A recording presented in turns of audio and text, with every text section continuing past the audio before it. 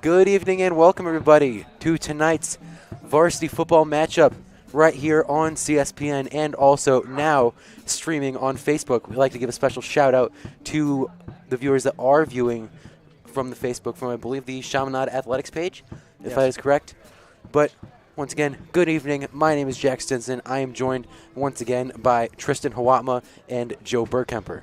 And we have some pretty good action tonight, don't we? I would have to agree, sir. Last week we saw a beautiful win coming from the Red Devils. We saw an overtime victory. We were all on our feet up here in CSPN, and everyone here that saw that game. You know, I think we have the momentum today, and I think we are able to get the win as the Red Devils storm the field. Big homecoming game tonight. See if the Chaminade running game can keep it up, even with LJ Fortune and Maurice Anthony out. I'm hoping we can continue what we did last week. Good running game, good passing game, and make sure the two maybe get a win here.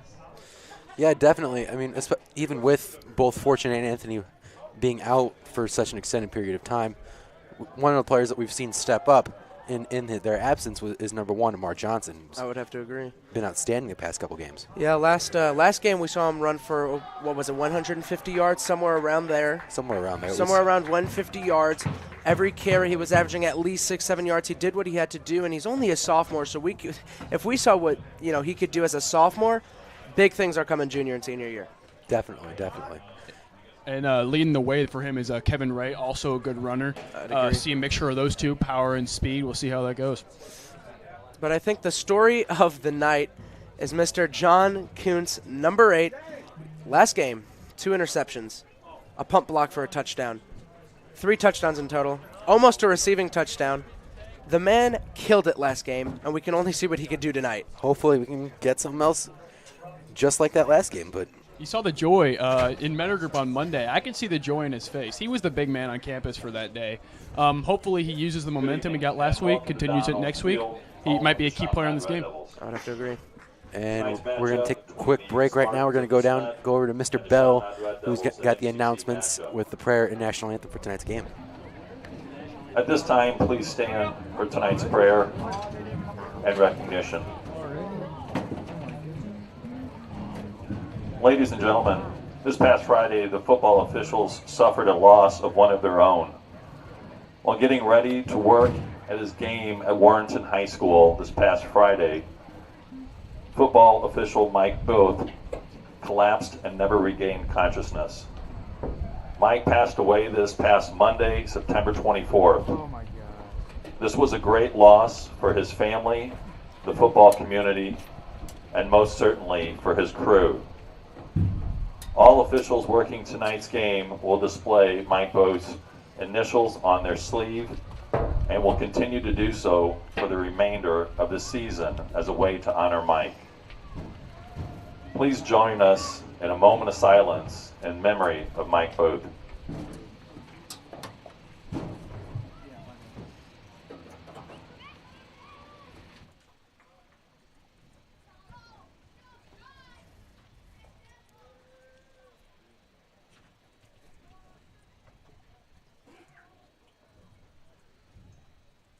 Please remember Mike Bothy and his family as we pray.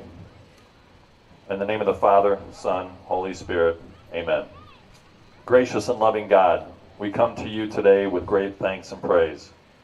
In a special way, we give thanks for the gifts and the talents of the young men gathered today. We ask your blessing upon them and pray that you protect them and keep them free from injury. Please inspire the players, coaches, and those gathered to support Chaminade and DeSmet to be people of great sportsmanship and respect, knowing that we do all things to give you glory. We pray for the intercession of Mary in our lives and ask that you allow us to continue her mission of bringing Christ to the world. And may the Father and the Son and the Holy Spirit be glorified in all places through the Immaculate Virgin Mary. Amen. In the name of the Father, Son, Holy Spirit. Amen.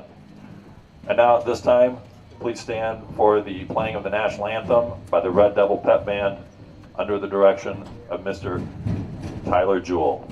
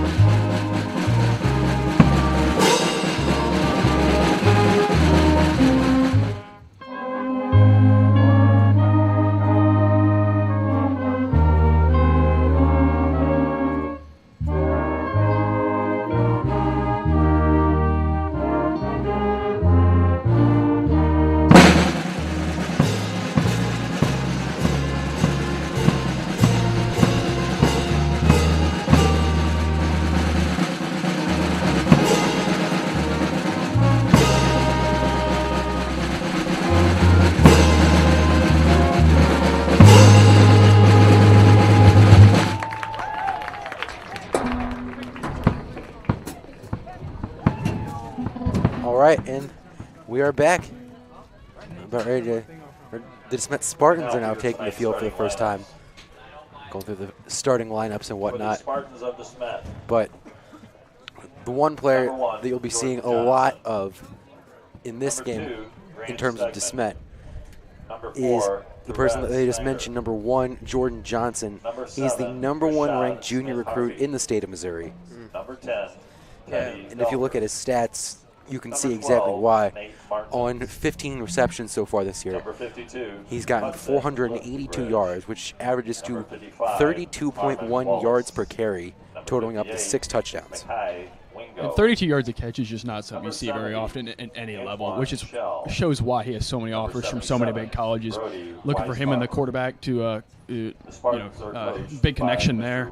See if they can mix in the running game a little bit. But honestly, Jordan Johnson's the main person Chaminade needs to focus on today.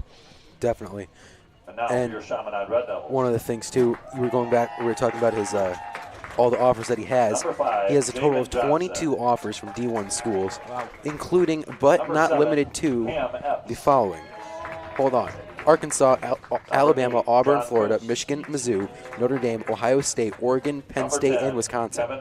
So it's a lot of big names there. A lot of big names. A ton of big names. Well That's deserved. impressive. And not only does he do it on offense with wide receiver, but he can also play it on defense, being in the backfield. So, he does it all. He's an all-around player, and, the defense has to be ready, and I think we have prepared ourselves for a matchup. Definitely the safeties are going to have a run for their money with Mr. Jordan Johnson. All the defensive backs are going to be where all of this really all the game was really won or lost, in my opinion. Mainly just because that's where DeSmet seems to get most of their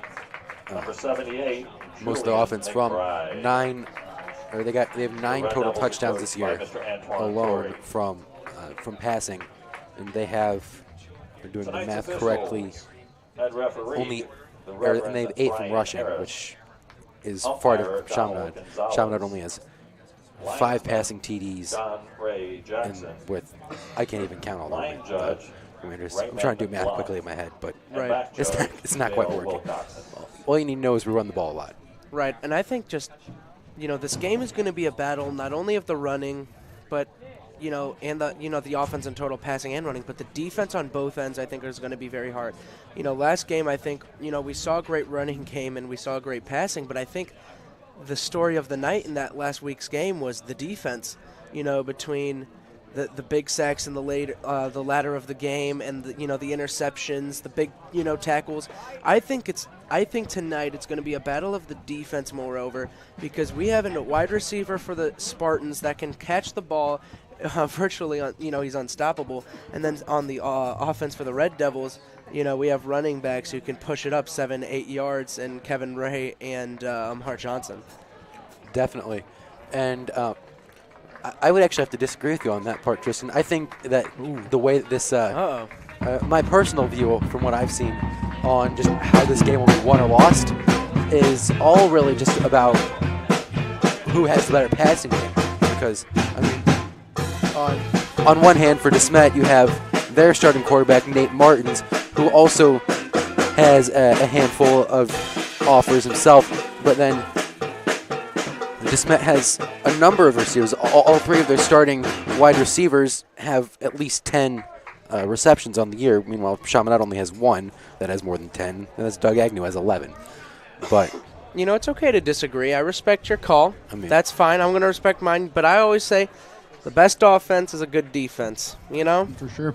And we talked about you talk about passing and momentum. And I think the Chaminade offensive line did a really good job of shutting down Corey Suttle and Roberson on last game. So we'll see if they can keep that up.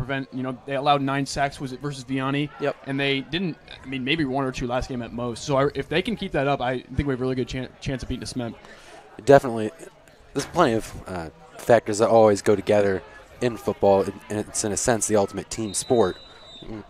Considering that, unlike a sport like basketball or something else, no one player can really take over a game in the same way that they can in other sports. But it'll be interesting to see. The game has begun with a drop in the end zone. Looked like it might have gone through his hands there, but the referee called it a touchback. So Right. I guess. It looked like it was supposed to be touched. That was Donovan Whitfield, number 23 for the Spartans.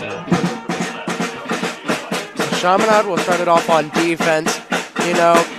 The first defensive possession is always the biggest. You gotta show what you're made of on that first one. You gotta tell the offense, we're here and we're coming to play. And I think that's going to show with the first pass that they throw how we react to that. You can see them try and go for a lot of passing yards in this game. It's Right. where most of their offense comes from. The first one's actually going to be a handoff, though. And Yards. a short gain of about 6 or 7 on the play. We spoke last game a lot about, it's nice to have those long bombs for the big yards, but the small gains, the small runs to get the first downs and the short passes to assure the catches rhymed accidentally there. But I think that's really the important thing is, get that first down in the beginning of the game. Don't risk it with the big, big throws or the, risky runs, but keep it conservative and move that ball up. If you're DeSmet, the short runs set up, ultimately set up the passing game for Jordan Johnson. Runs bringing the defense in. Secondary is more vulnerable, and that's the case. So running the ball might be the move here. I would have to agree. That's what they've been doing so far. So far, 2 quick runs from Taj Butts, and that's what we're going to do again. But this time, he gets no yardage at all. He's brought down at the line of scrimmage by number 76. That is Jimmy Lansing. Those tackles for losses are really emphatic. It's really for the defense. If you run the ball, only lose a couple of yards, that's more substantial than an incompletion. It's a big momentum for the defense. Right. In addition to just the loss of yards in general that you wouldn't get from an incompletion, it's also just a bigger momentum killer in the first place. Right. They go on a second down, 2nd and 10. Martin's with his first pass of the game, and it's an incomplete short pass that time. Good tackle there, though, right behind him. I think that was Michael Rodriguez with the tackle from behind. He had it, and then just the pop from behind, drops it just like that. Good, good awareness from the defense. Martin's. Based on that, it looks like Martin's really has an arm. I read a lot about football. Great quarterbacks like Terry Bradshaw. Initially, they threw so hard, the coaches didn't think they'd make it in the league. But Martin's, if he's got arm strength, he just needs to figure out how to calm it down a little bit. Amen, especially on the short game. There's a little bomb right down the middle, caught there. That's Rashad Smith-Harvey on the reception. Getting some big yardage there, and that's how DeSmet's offense will kill you, is just from those kinds of passes.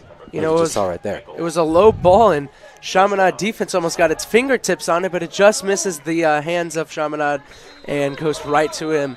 That's where we talk about that power where it comes into play, where you can just throw a bullet right to the target, without it, floating in the air, and defense can react quicker.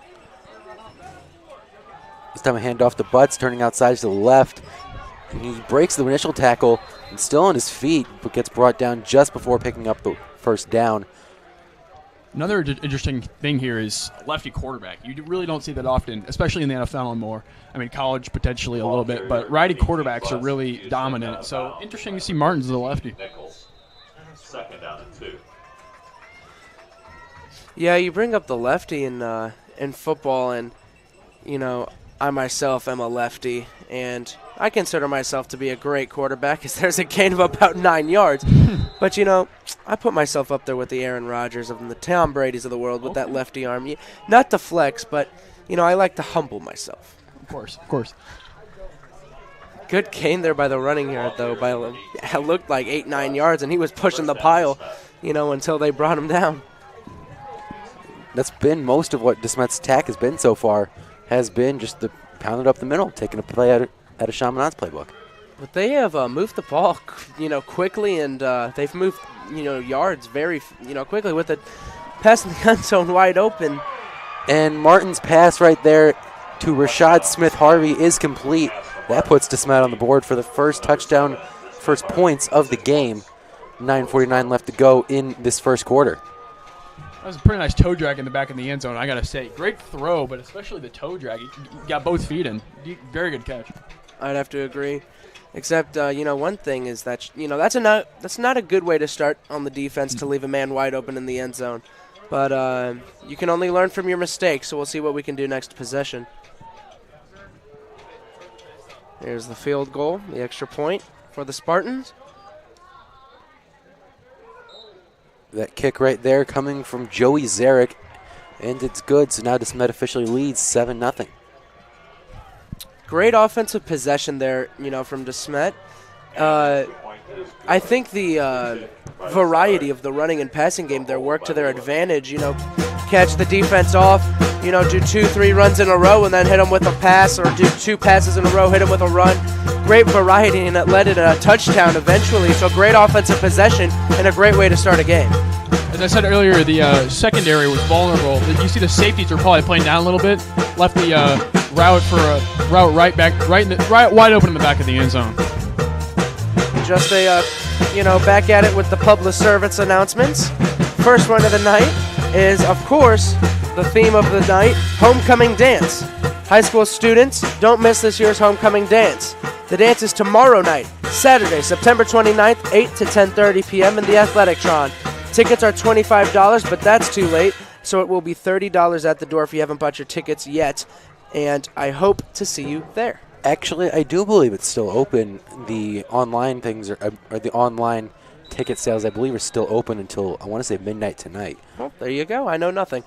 So you better go hurry then. Yeah, if they're still open, I'd definitely go buy now. Save $5. Save $5. Avoid the long lines. $5 will get you about 5 cheeseburgers at McDonald's. That'll value. feed a family right there. Kick right there lands in the hands of Jabin Johnson, but it lands in the end zone, so we'll get a touchback. Jabin thought he was outside of the end zone. I think he really wanted to return that one, but the referee called it a touchback. I'd rather get, the 25 yards, though, than getting tackled, early on, because they were coming at him. So good call by the refs, actually, because I didn't think anyone was back there to stop the defense. As you see in the NFL a lot nowadays, returners want to take it out, but coaches say, hey, stay in the end zone, take the 25-yard line, don't risk anything. Right. You don't want to risk an injury, because that's the most thing I see in football is injuries, just getting clocked, get blindsided. That's where you see guys get paralyzed, Especially on kickoff returns. Right. First play of the game for Chaminade on offense. Short pass from Brady Cook to Doug Agnew. And then the initial run after gained about 5 yards. And so we'll get a 2nd and 5 for the Red Devils. Line to gain is the 30. Last game, I think we saw a phenomenal performance from Brady Cook. I think he put in a great, I saw a lot of maturity in what he did. A lot of games he will throw the risky pass, and sometimes they go not in our favor. But I think last game he learned from those mistakes. He was a little more conservative with the ball.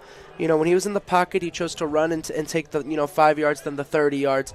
So I think Brady Cook, after that last game, has learned something, and I feel like he is on the right path. He put his faith in the running game, which is something you need to do as a quarterback. Oftentimes quarterbacks are scrutinized for running too much, on the back of your running back, but in a lot of cases it's actually a good thing for the quarterback. Michael Vick, for instance. There he goes, speak of the devil with the running game. He will break through. He's still on his feet. He's still going. And finally gets brought down after crossing the 50. Joe, I think he heard us up in the booth. Beautiful run from Brady Cook to get things going for Chaminade. I'm going to go back to Brady, though. I think one thing about him, he's shown a lot more, in my opinion, confidence over these last couple games, especially in Jeff City. But I think signs of it have kind of improved from where he started against Belleville East, throwing 3 interceptions. Right. But big confidence booster, not getting sacked by Suttle and Roberson, 2 great players. I mean, Cook's got to gain a lot of confidence from that. Definitely. And after a 25, 30-yard, he breaks a sack. Good catch. Complete to Jabin Johnson, who's still on his feet, and again gets brought down at the 35. You know, as a quarterback, after you run a 25, 30-yard rush, and then, and then to get that 10, 15-yard pass, that's just all the momentum and confidence you need to really, keep it going. And, instead of, if it's working like this, the run game we could be seeing a lot less of tonight and a lot more of the QB show. Mm-hmm. Brady's been getting it done so far. We're already at the 35-yard line. This time a handoff to Amar Johnson, running outside to the left. Finds space and then gets pushed out at the 20. Another first down. 3 first downs in a row. That's, they responded. We're responding with DeSmet's possession fairly well, and not even, maybe better with 3 first downs in a row that go for over 11, 12 yards. So that's how you do it. Right there we saw a classic power row running out of shotgun. We had Austin Rushmeyer as the pulling guard. He had a great block there on the left side.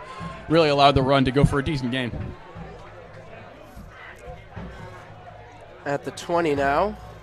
Cook fakes the handoff, keeps it, and doesn't gain anything on the play.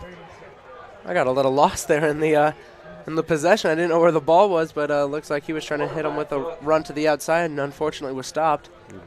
Got tackled at the line of scrimmage, and so no gain at all in the play or loss.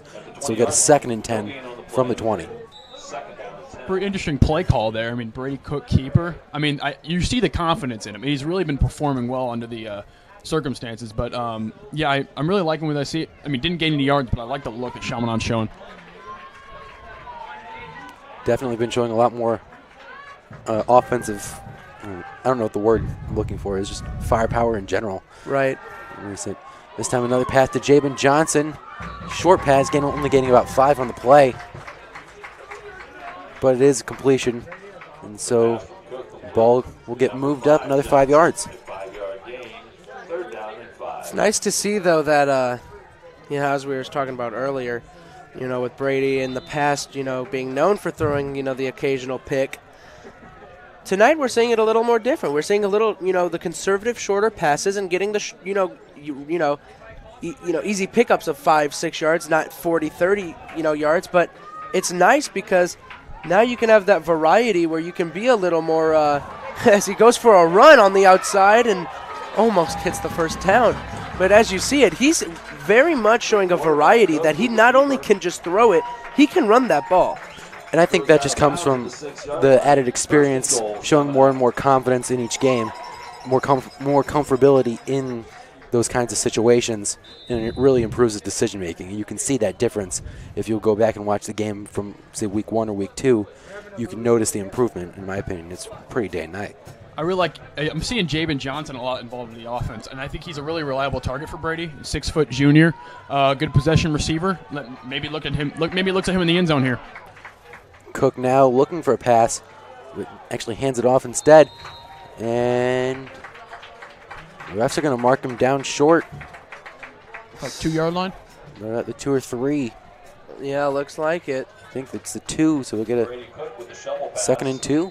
Kevin Ray comes in the game, so you could see a power through right up the middle with Kevin. I think that's what we're going to see, bringing in a guy like that. Last game, we saw Kevin not only get good yards, but get good yards when 11 guys are on his legs. Mm-hmm. The man powered through some big guys on defense, some 6, 2, and there's the touchdown. That's exactly what they do. As I'm blabbering over here, he does just that with the touchdown, and this game's tied up. Well, there we go. Speak it into existence. It's definitely the Los Angeles Laker and me, Papa LeVar Ball. If he taught me anything, it's speak it into existence. Speak it into existence. And then coming out to kick the extra point for Chaminade is Adam Schmidt, who's 19 for 19 on the season. Don't sleep. One of the best kickers in the conference. Make it 20 for 20. 2020 vision right there, Adam Schmidt. You know, one thing that gets overlooked is how important the kicking game is. And I think you start to realize that in the NFL, where games will be lost by 3-5 points because a kicker will miss, a 30-yard kick, to secure a win. Kicking in the NFL and in just football in general is just such an important aspect that gets overlooked. And, to go 20 for 20 on a season is very important because there are games where you only win by one, and one missed, field goal, an extra point will just break it. One of the classic examples of that, I remember this was early 2000s. I think it was Saints Jaguars. Saints had a crazy play with a ton of laterals going all the way down the field, got the touchdown. Kicker missed the extra point. Game is over. Saints lose. Kicking is very undervalued in terms of importance in the game. Definitely. And speaking of kicking the ball off for Chaminade is Peter Hannon, the usual suspect. Boots it far down. Lands in the end zone. And it's in the hands of Hunter Suntrup. Actually, no, it's Donovan Whitfield, actually. My apologies.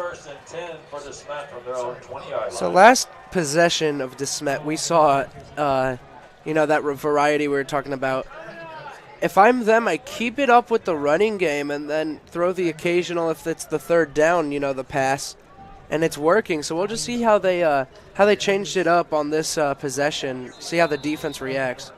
From anything I've seen on DeSmet and from the film that I've watched, the way that their offense seems to mostly work is they'll go short runs, generally getting about 5 yards, progressing up the field most of the time. But when they need big yards and a big play, that's when they turn to their passing game, which is what they do right now.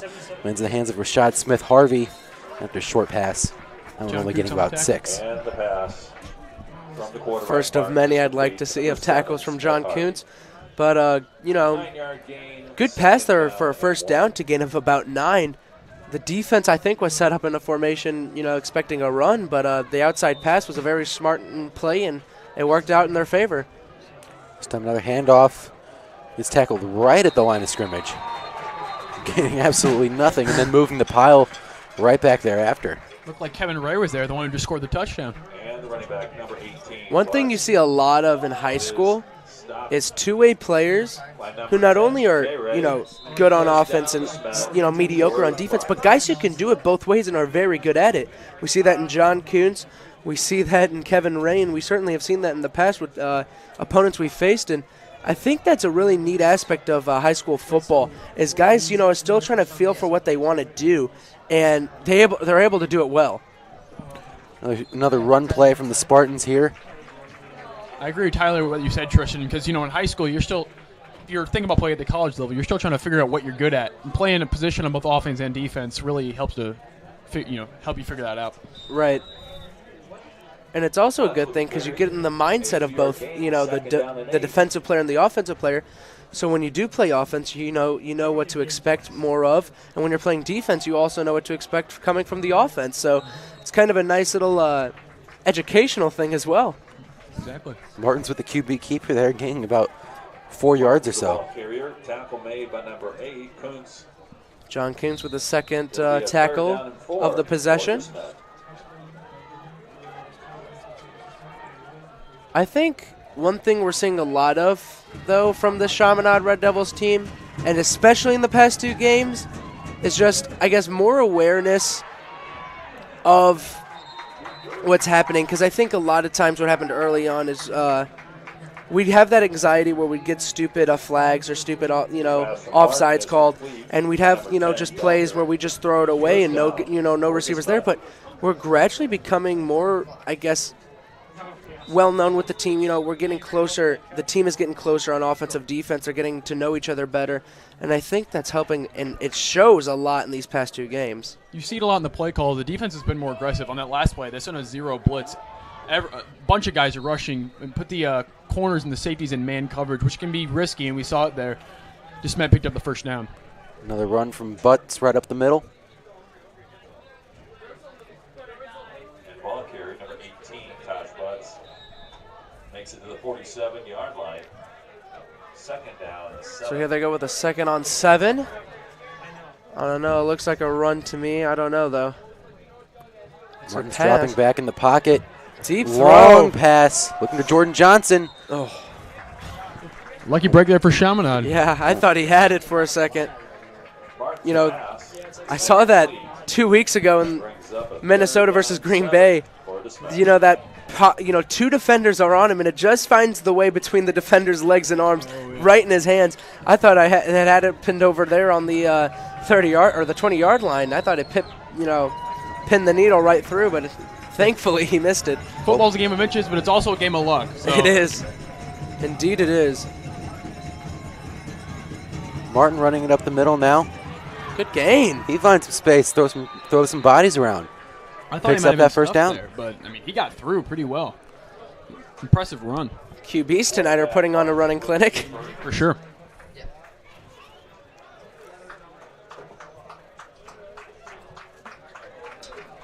Ashton Rustemeyer coming back on the field, replacing Michael Boveri.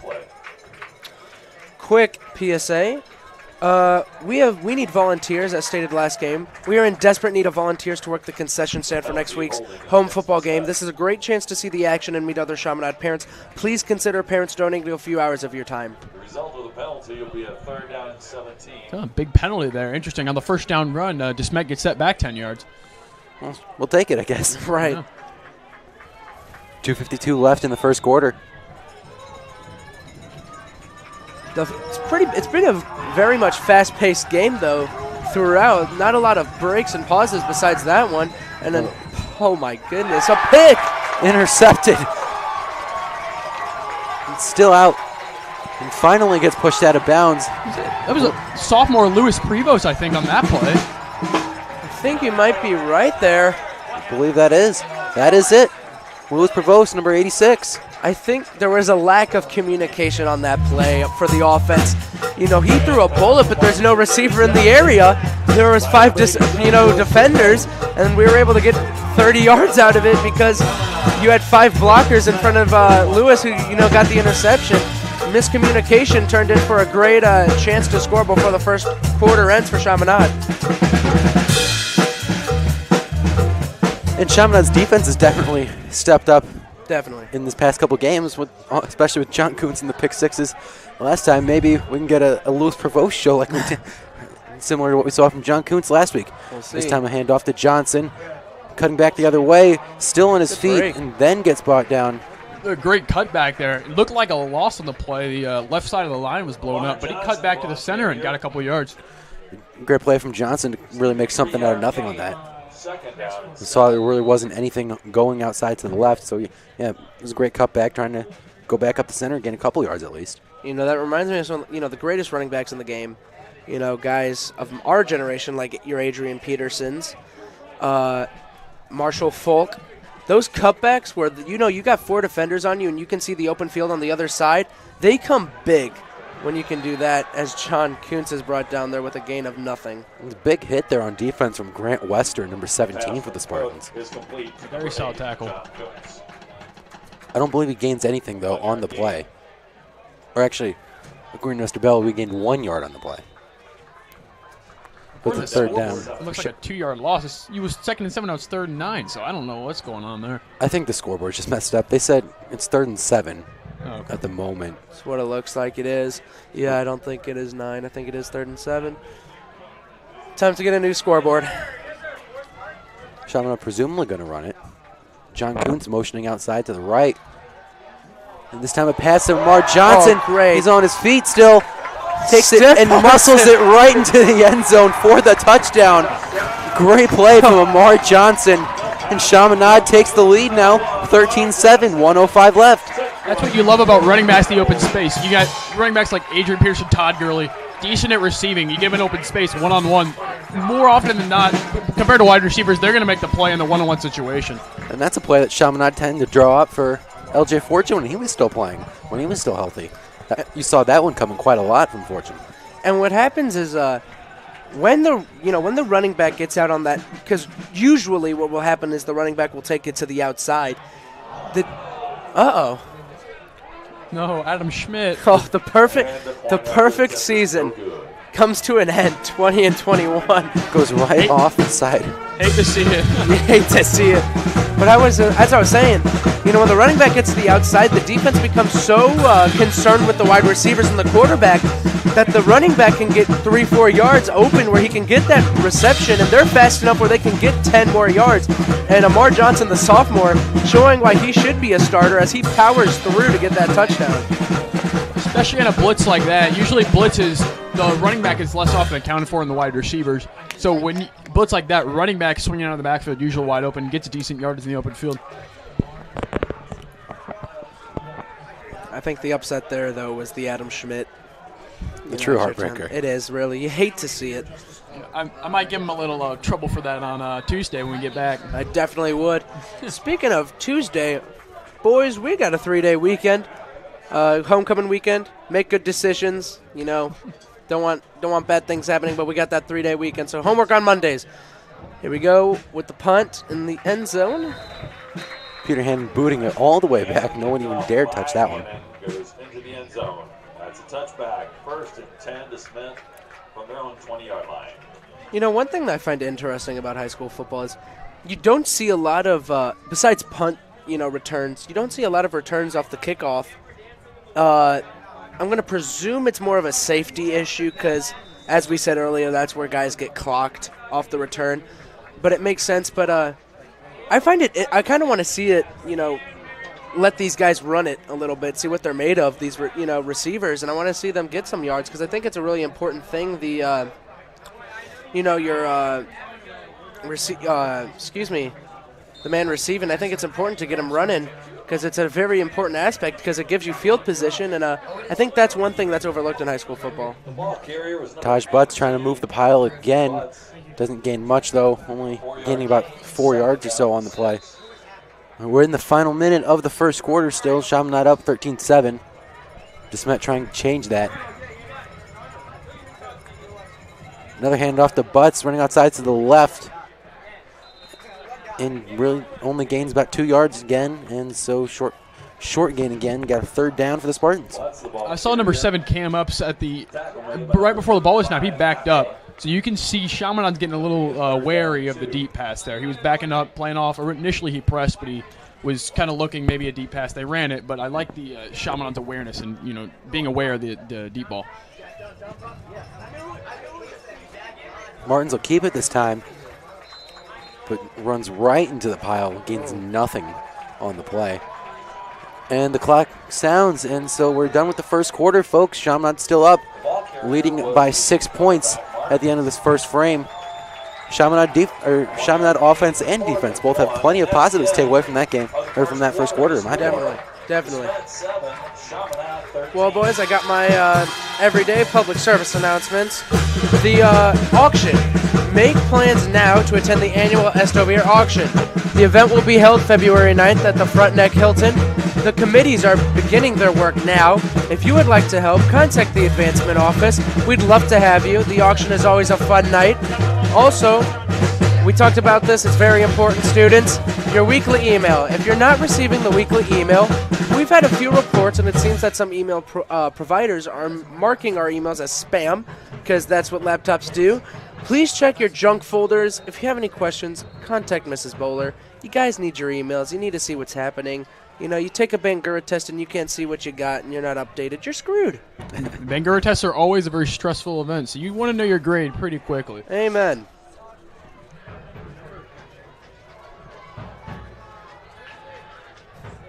Here we go. Beginning of the second quarter. DeSmet only lining up with one receiver, and that's Jordan Johnson on the left side. Shotgun. Martin's backing it up. Chaminade making some defensive adjustments. Oh, it's the 4th. I think they're going for the punt. And looks like a call against DeSmet. The refs are calling it. Is that a delay of game? It's against DeSmet. I think that was on Jordan Johnson. The penalty, false start. The false start against DeSmet.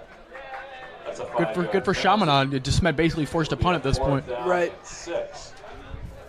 And it's always nice when the other team basically forces you to punt and just gives you the ball themselves. Mm-hmm. One thing we saw ironically last game with the punts is we had 2 blocked punt attempts for touchdowns on both sides of the team. Mm-hmm. And I think that's really funny. And I'd like to see that happen again. Oh, my goodness, as John Kuntz almost strips it away, but was just short. Uh-oh. Punt return lands.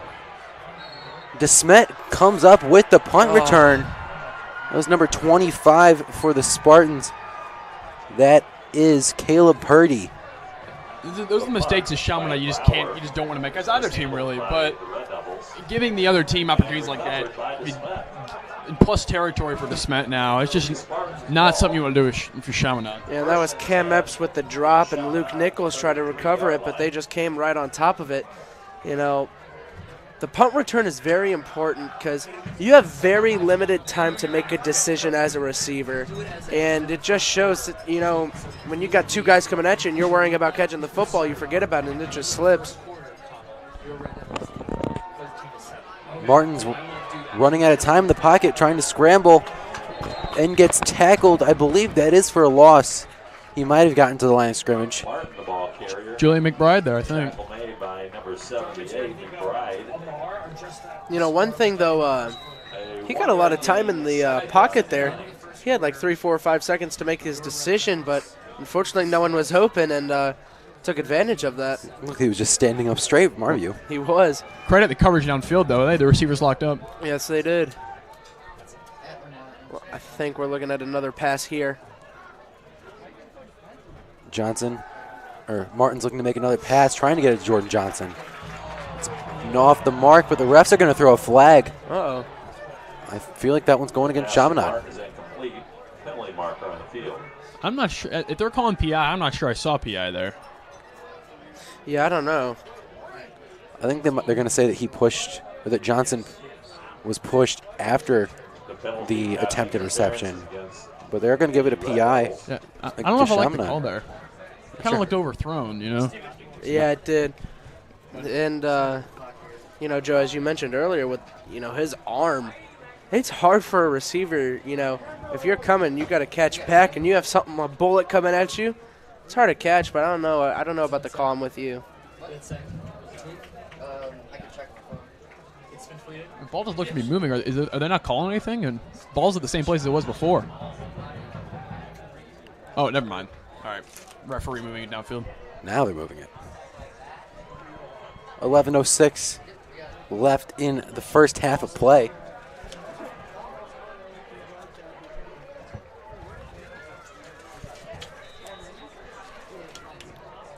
At this point, you could probably look to see DeSmet go for another passing play. Wouldn't surprise me in the slightest. Yeah, I wouldn't be surprised. Lining up with two receivers on each side of Martin's. Martin's looking to get Jordan Johnson, and does. He's still on his feet, and he'll take it almost to the end zone. Gets pushed at about the 2-yard line. He's got some speed there. I mean, he's a big receiver, but he accelerated. It was a quick bubble screen, and he accelerated really fast. Didn't have any momentum, but he just shot out of there. That's one of the things that makes him so highly recruited, is the combination of size. He is 6'2", I believe, if I'm correct. Even then, that athleticism you can get just from the standstill off the catch and then running it for those extra yards. Right. Another run to Taj Butts, turning the right corner and walks it in the end zone. And so the Spartans get their touchdown. Now tied with Chaminade. Back-to-back touchdowns, though, from both teams. This is what I think is going to be. That's why I thought this game was going to be really an offensive shootout, and that's what it's turned into so far. Well, it's still early, and the defense can come up clutch, so, we'll see how that goes at the end, Mr. Stinson. Okay. They shown they can be clutch, so we'll see if they can, pull that off. We'll see. Maybe one stop can change the course of the game. Yes, it can. And the PAT is good from Zarek. DeSmet on top, 14-13 with 10:50, about virtually 11 minutes to go. Yeah, as we said, great game so far. Very up tempo. The ball is moving, quite frequently, and runs and passes are evenly being distributed. It's a good overall offensive game, but the defense on both sides have been, in a way, lacking, I'd say. I've seen DeSmet. DeSmet runs a very fast-paced offense. Chaminade too, but I think DeSmet's offense really, you do it to keep the defense off guard. You've seen DeSmet scored fairly easily besides that punt that they had, but ended up recovering. So we'll see if Chaminade can slow down their tempo going to the second quarter. My apologies. no. After you, sir. No, go on ahead. I was just going to say a nice little shout out to Mr. Jewell and the, pep band, because they're doing a darn good job, hyping these guys up. Gotta love it. After you. Oh, I was just gonna do more the whole play-by-play thing. I was gonna mention that both the Johnsons, Amar and Jabin, are lined up to receive this kick right here, and it's Amar Johnson that catches it in the end zone, so we'll get a touchback. And really, we talked about earlier how there's a lot less. We see not as many kickoff returns now in football, but honestly, the high school kickers have some pop in their legs. They're really pretty much every single kick has been in the end zone, and we've seen it earlier in the season. Even Adam Schmidt, both Pete Hannon and Adam Schmidt have gotten a lot of their kicks into the end zone for touchbacks.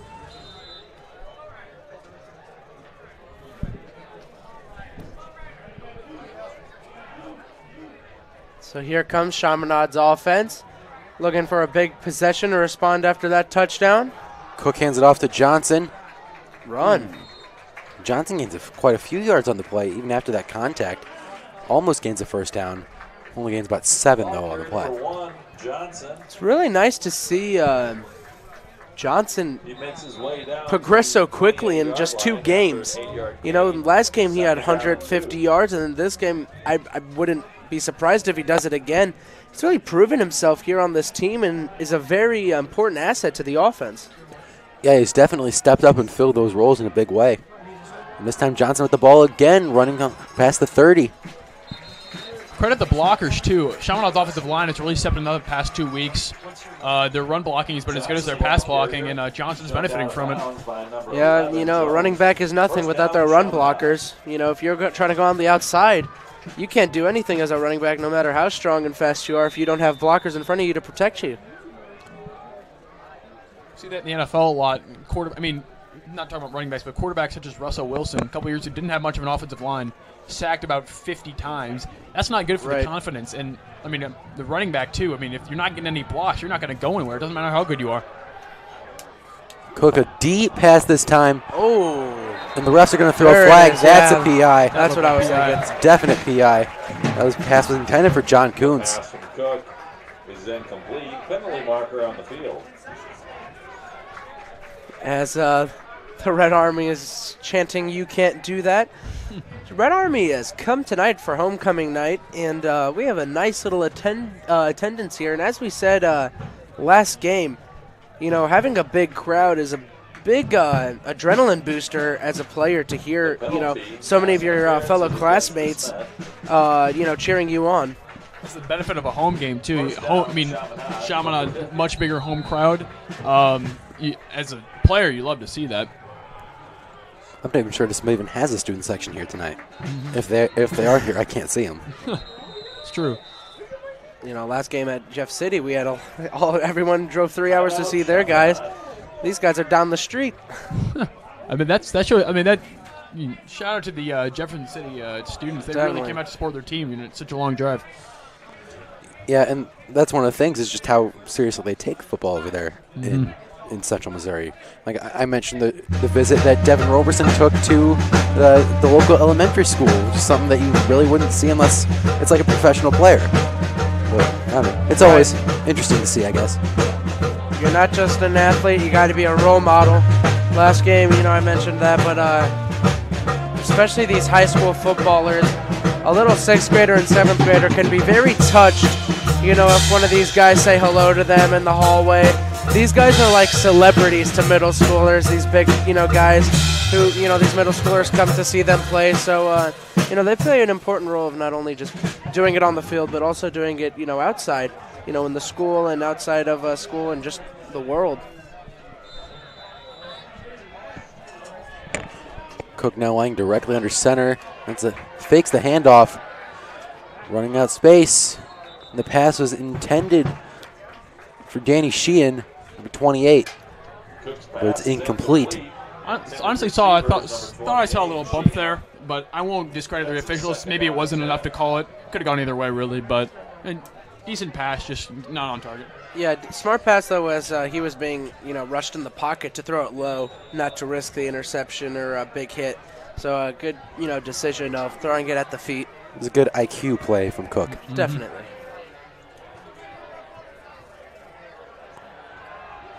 Cook having to leave the pocket again, looking for someone to pass to. Tries to get it to Doug Agnew, but it goes right through his hands.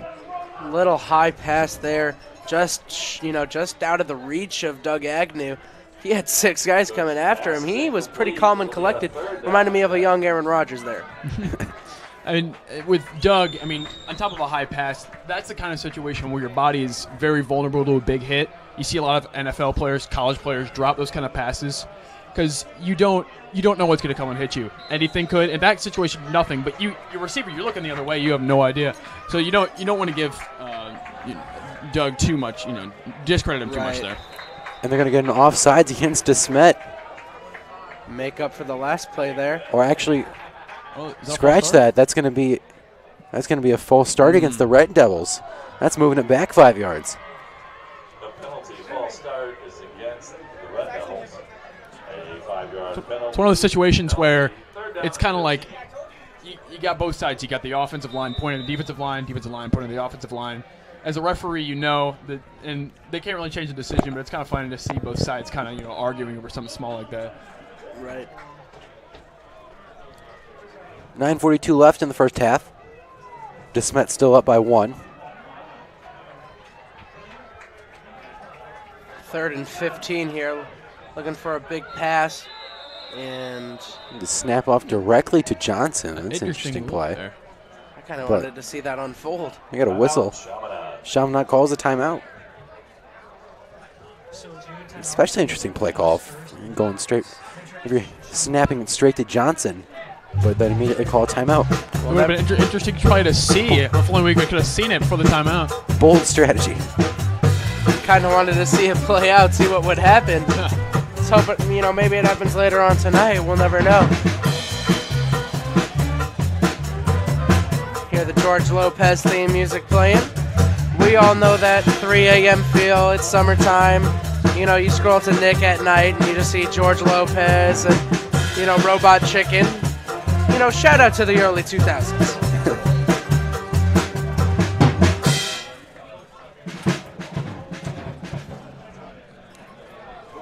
Both teams coming back on. Again, 3rd and 15 for the Red Devils. As much as I wish we could see it again, I don't know if we're going to see the direct. Yeah, we're not seeing the direct snap to Johnson again. Chaminade already showed that look. Good blocking. Cook running outside to the sideline. Tries to get it to Amar Johnson, but Caleb Purdy is all over him, so that's an incompletion. Chaminade is presumably going to be forced to punt. Yeah, they're great blocking from the line. QB had a lot of time in the pocket, but, going to that outside, passing on the left side becomes very hard when you move yourself all the way to the right sideline, and the only guy that was open was just a gain of about 6-7 yards, and he was covered up. So it was a difficult play there. He's put in a difficult situation. And Cook with a boot right to about the 21-yard line. Good little DeSmet returning it. Gets it almost right back to where the play began, just after the 40. I like how Chaminade's punt formation looks. It's kind of different because it almost looks like an offensive set just with a punt. You got wide receivers split out, offensive line. It's really interesting to see. Right. First down to DeSmet. Big defensive possession here for the Red Devils. A stop here is very clutch. As we have 9:25 left. So, to at least get, a couple more offensive possessions before the half ends would be nice.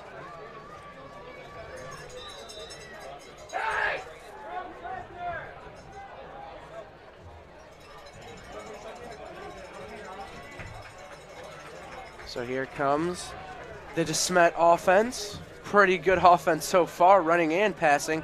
So we'll see how they turn this thing up on this possession. DeSmet starting at the 44-yard line. Martins will keep it, though, and try and sneak it up the middle, getting about 3 yards. So we'll get a 2nd and 7 for the Spartans. We've seen a lot of that from DeSmet. They kind of They, like we saw in Jeff City, they kind of have a wing back, someone that's lined up almost as a tight end in the shotgun formation. And he pulled over and blocked Trey Hackala. Interesting look, didn't gain a lot of yards, but I feel like DeSmet's going to kind of keep that up. Definitely. You know, and Nate Martins is just running it right down the middle. No moving his body. He's just running it down the middle. As there he gets a pass for about 7 yards for a first down. Picks up the first down. It's Rashad Smith-Harvey again. You know, Actually, my apologies. That is not. That is number 2. That's Grant Stegman for his first reception of the game. not a lot of Jordan Johnson so far in the game. Only Kind of similar to what happened last game. The guy in the beginning of the game who we thought was going to have the big game doesn't, and the other guys kind of come up and play a big role. So, kudos to the other wide receivers. Well, actually, Jordan Johnson isn't even the receiver that DeSmet goes to the most. They've actually went to Rashad Smith-Harvey 17 times, whereas Johnson only has gotten the ball 15 times. But Martins... Yeah, all we've really seen from him was that deep incompletion and the pass interference, but you see DeSmet running a lot of this quarterback power with Martins. Interesting look. They run a lot more in the second quarter than the first. I wonder if they're going to keep that up. Right. But again, they're doing both things very well, the passing and the running. Both things are flowing for them, and if they can keep that up, there's no doubt in my mind they could come out on top on this game. Jordan Johnson lining up directly right next to Martins, but he motions out. Martins, another pass. He's still on his feet, and then gets pushed back. I don't think he's even with falling. the pile. The refs will blow it dead. You've seen a lot, actually, in this drive, at least 3 times of that running back motioning out. So DeSmet's showing we're either going to pass it or we're going to run in the middle with Martins. Putting a lot of faith in Martins, trusting him to either run it and get some yards or throw a decent pass. Right. By number 54, Boveri. First down, DeSmet. And DeSmet, in my opinion, is showing kind of an interesting strategy right there, where they'll line up one of their wide receivers like Jordan Johnson or Grant Stegman or whoever else. They'll line him up at fullback, and then right before the play begins, they'll motion him out to a wide receiver slot. I guess to kind of catch the defense off guard, but for the most part, Chaminade's been doing a fairly decent job of stopping, in my opinion. Oh. Right. But it was good ball movement overall with these short passes for big gains. It's just smart football. Yep. And we're seeing, like Roberson last week, we're seeing a lot of the quarterback runs here. You see that Martins is a decent runner. They have a lot of weapons around him, but they're putting faith in him to carry the offense. DeSmet gets a false start on the play, so they'll get a 5-yard penalty. Ball be moved back. Placing on the 36. Big second down here for the Red Devils. It would be nice to have another stop, put pressure on them for the third down.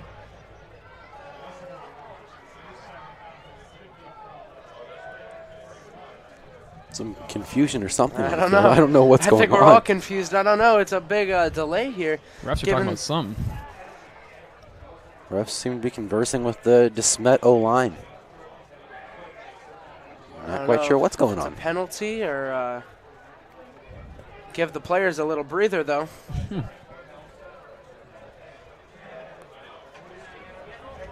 And the stop, you know what time it is? Well, actually, it looks like we might. Well, never mind. I was about to say we might be getting back to the action, but it doesn't appear so. But do you know what time it is? PSA time? PSA It time. is PSA time. Passport to Fashion. The Mothers Club Passport to Fashion event will be held in the Skip on Thursday, October 18th. Tickets are on sale now.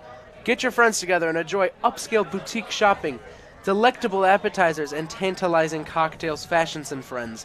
Go to chaminade-stl.org for more information. Whoever wrote the script used the same one as last game with those beautiful, beautiful adjectives. Tantalizing cocktails. Unfortunately, we do not drink tantalizing cocktails. We drink tantalizing waters. Of course. Or in my case at the moment, tantalizing lemonades. Still more confusion here. Still more It's a little strange. Pass the time with a PS public service announcement, then do its justice. I thought that in-depth conversation about tantalizing drinks Cocktails. would have been enough to fill the time, but apparently not. Oh, all right. There we go. Back in action. There it Now is. we are.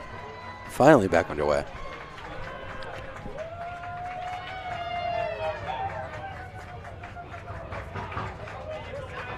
So you're motioning out. Martins, all sorts of time. Long pass. Picked off by Louis Provost again. He's still on his feet, running outside. And finally gets pushed down. Louis Provost with a second pick of the game. I think CSPN's title should just be Speak It Into Existence, folks. There we go. That was on Jordan Johnson, too. I thought he was wide open, but Primos with an amazing interception cut him off right there. He had to reach for that ball, and he gets a nice little pickup as well. You know, last game we saw the John Kuhn show. Tonight's the Louis Provivo show. Hopefully we can keep that going. If he gets a punt block, and a touchdown, the James are coming true. John Coots all over again, but for Prevost. Cook the pass to Agnew, but it's incomplete. Falls right through his hands. Agnew and Cook just tonight haven't connected yet. We'll see that change hopefully. As talked about earlier, I think Agnew's it was a screen pass, a short pass. He might have, as we talked about earlier, he might think someone's come up to pop him. Exactly. Which is a fear that all receivers have. But if you're in his shoe, I mean, it's kind of difficult to say that, but really, if you want to talk to him, just hold on to the ball. Don't worry about getting hit. Just catch it and worry about running after that. Right. Cook, Nice. pass again this time. Jabin Johnson again, gained about 6. Nice blocking there just so he can get some room, you know. Wasn't able to get the full first down, but he got at least 5 yards, so good little blocking there. I love the play call there because they fake a halfback swing right with the 3 receiver set, and then they throw a screen to the left. I mean, it's pretty good trickery. Shauna going with a trips right formation now.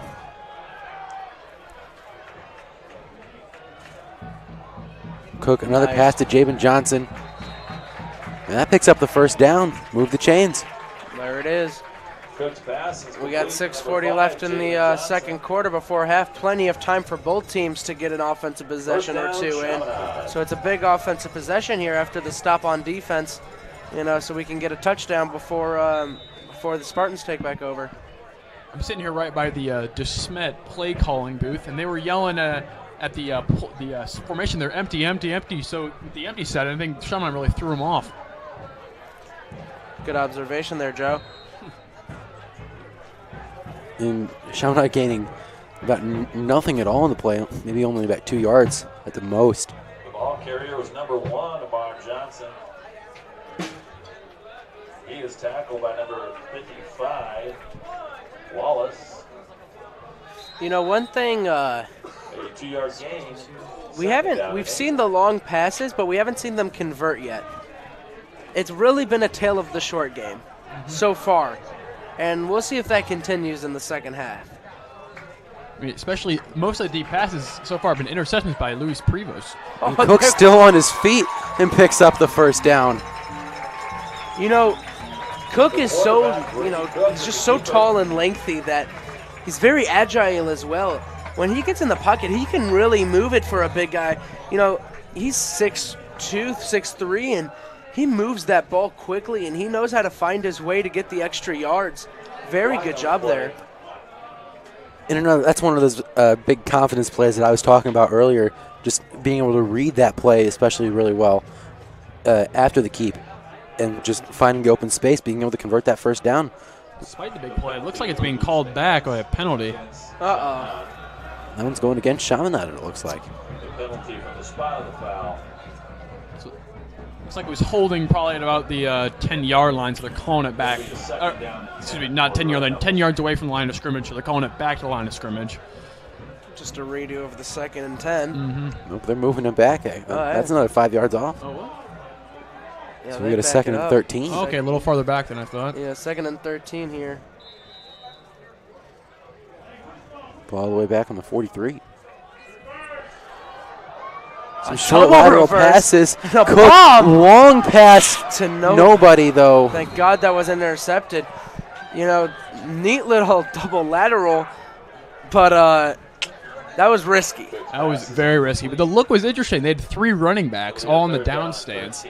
I like the play call. Risky, but shows spirit, shows some confidence in your quarterback and your other players too that were executing the play. And even then, it sends a message to DeSmet's defense that Chaminade is not afraid to throw that long ball. Exactly. Thank God, though, it wasn't intercepted as no one was there, and he was just a couple hands away from an interception. Yeah, safety was very close to the ball.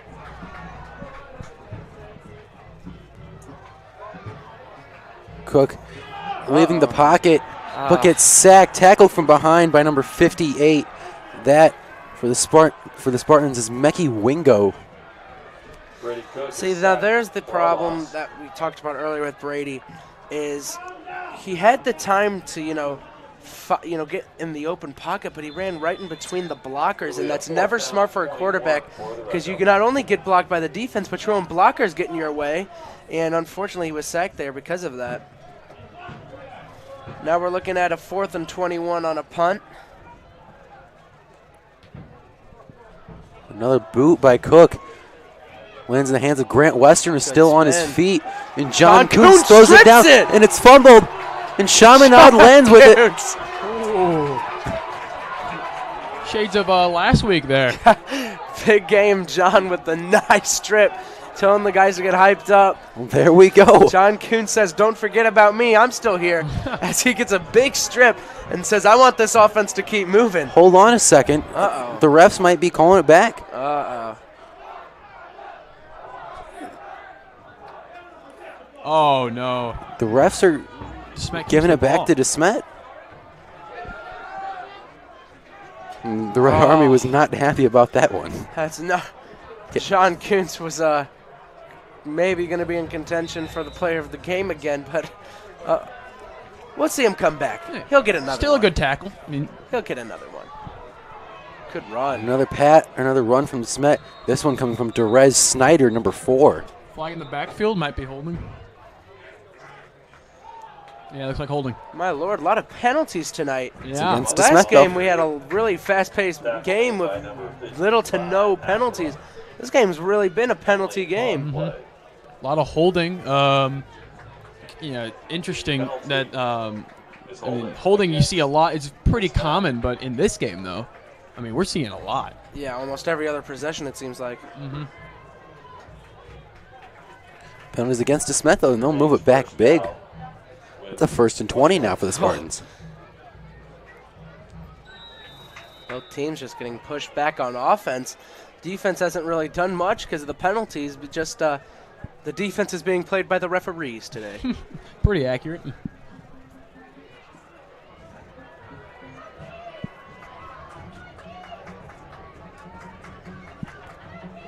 Martins with a handoff to Snyder again. He's still on his feet and then gets tripped up by the feet of Louis Provost. Louis Provost with a great tackle there.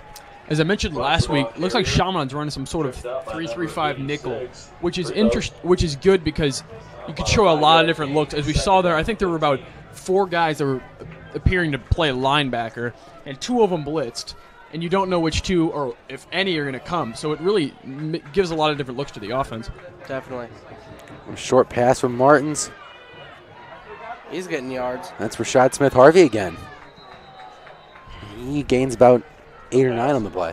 Smith-Harvey's having a great game on the he's getting those short receptions, but he's making a 1-yard catch into an 11-yard run. That's what DeSmet does for a lot of their passing plays, is generally just short plays to either Jordan Johnson or Rashad Smith-Harvey, and then they'll just keep going thereafter and end up gaining about 8 or 9 yards.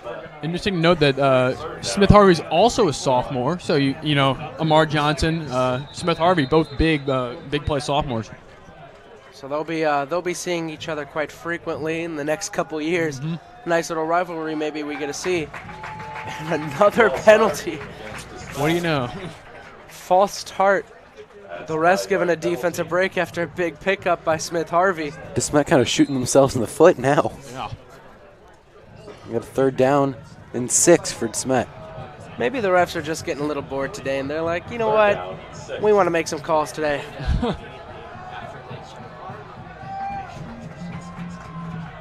Martin's trying to catch the Red Devils off sides, but it's not working. We're out of time. Time ticking on the play clock. Martin's in the pocket. Getting pressured out. Trying to make a deep pass, but it goes right through the hands. It was intended for Linnell Carr, number 9. Right in between the hands. Great pass. Amazing pass. It was picture perfect. Unfortunately, it went right in between the mitts.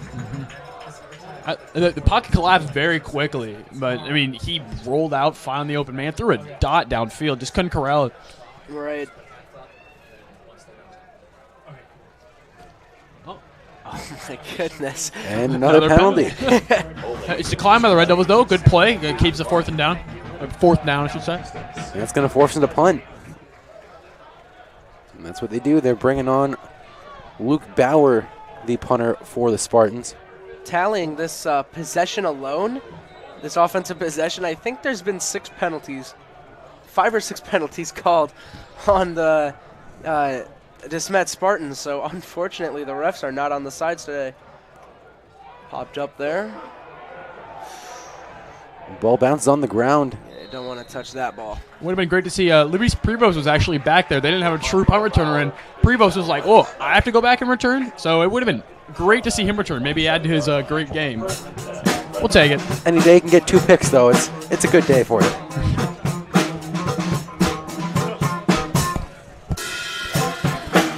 So here comes Chaminade's offense, led by QB Cook. So far, so good with the running game and the passing game. We'll see what he can do on this possession. If you're Chaminade here, at the very least, you want field goal to take the lead, because I believe they get ball after half. So if you have the lead going into halftime, that's great for Chaminade. Cook passed to Doug Agnew, and he completes it. First reception of the game, and Agnew gets tripped up right after the 30-yard line. Good to see Doug catching a pass there. He had a couple drops. Confidence booster, always catching a pass and at least getting a couple of yards, helping the team out. 7 yards, 3rd down. Definitely. Cook looking to pass it again, but gets tripped up and stays on his feet, but falls down in the backfield, so that'll be a loss of yards. Loss of about 1 on the play. Did a good job of making it a little bit better than it would have been. He's kind of struggled out of there for a second. Did get sacked, but at least gained a couple more yards than what he would have lost.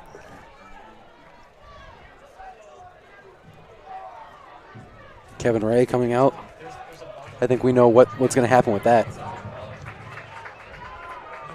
Ray laying right next to Brady Cook. Not another penalty. I'm going to call it. Looks like it's going against Chaminade. False start. It's a tale of the refs. Player of the game, referee. For both sides, really.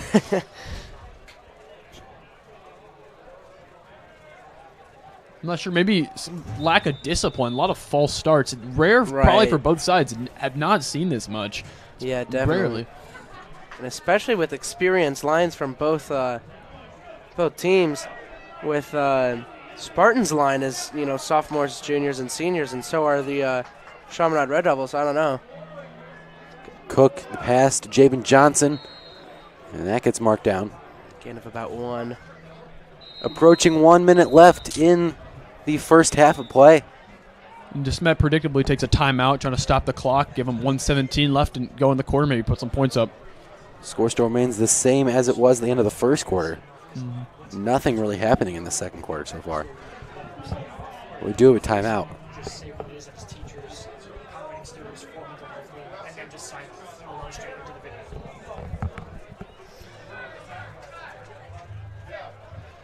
So, in this break, we all know what time it is. It's another public service announcement. Social media, we all know what that is. No explanation needed. You want to keep up to date with all that's going on at Chaminade, of course. So follow We Are Chaminade on Facebook, Instagram, and Twitter. And if you want to talk about sports, follow us on Twitter at CSPNCCP. Tweet at us, player of the game, what you want to hear, what you want to see, and we'll respond and see and respond to what you have to say, as the ball will be active again. Cook with the punt. Low arc on that punt. I like it though. Lands in the hands of Derez Snyder. Snyder still on his feet, Good breaking blocking. multiple tackles. Oh They my still goodness. cannot get him down. They finally get him. A lot of broken tackles there. Very low punt. I was like, okay, good for Chaminade. Won't give him a lot of time to run, but he broke through at least probably half the team there. Luckily tackled. Finally got brought down by Julian McBride. At Chaminade, 49-yard line. Julian McBride, a really good two-way player in both the right tackle and one of the defensive tackles. Right. I mean, overall great blocker and good at stopping the run. Great to have him at Chaminade this year. Steadily been one of Chaminade's best linemen so far on the season. So here comes DeSmet with the first down with a minute left in the half. So a big play here. Deep pass from Martins, Oh. and it's incomplete. Hasn't that been the story tonight? Deep throws going right out of the hands of players. He was just shy of it, and that would have been a big gain. With a minute left to be in, 10 yards of touchdown, would have been nice. See how well-rounded of a team DeSmet is there. I mean, I was Definitely. looking. It wasn't even Johnson. Johnson was on this side. So you see how many weapons DeSmet has with that pass. That Right. pass was intended for Grant Stegman, number 2. Exactly a minute left on a second down, so they have time to make something happen, or at least just get into field goal range. Martin's looking to make another pass, a long one. Goes right through Jordan Johnson, and it's picked off. And guess who it is? It's Louis Prevost. No. Still on his feet, Oh and my then gets tackled goodness. at about the 50, but he is down. He hasn't gotten up. Have we ever seen anything like this? 3 interceptions for a sophomore. That In is back-to-back interceptions. It was absolutely insane. Wow, what a game for Luis Prevost. Oh, injury. Hopefully he can recover, though. This is Louis Prevost that is down. Oh, no. Took a big hit Uh-oh. from 2 DeSmet defenders. Yeah, that happened. You know, he got it, and he got hit from the front and then rolled from the back, and he kind of came at it like a 45-degree angle, his body. That's not fun to see after 3 interceptions. You don't want it to end now. Both of those last 2 hits on his last 2 interceptions have been pretty big. That one Yeah, especially. yeah. And it's just not something you want to see. I mean, DeSmet has a lot of big guys on offense, and they really laid the boom on him there. And Lewis is not the biggest guy. He's fast, but when you got big guys, you know, your offensive linemen and your wide receivers coming at you, and you're getting folded like a accordion, that's not fun to see. As we said last game, injuries are, you know, that's the one aspect of football I really dislike is the frequent injuries. He's setting up, which is a good sign, at least. Right. It's good.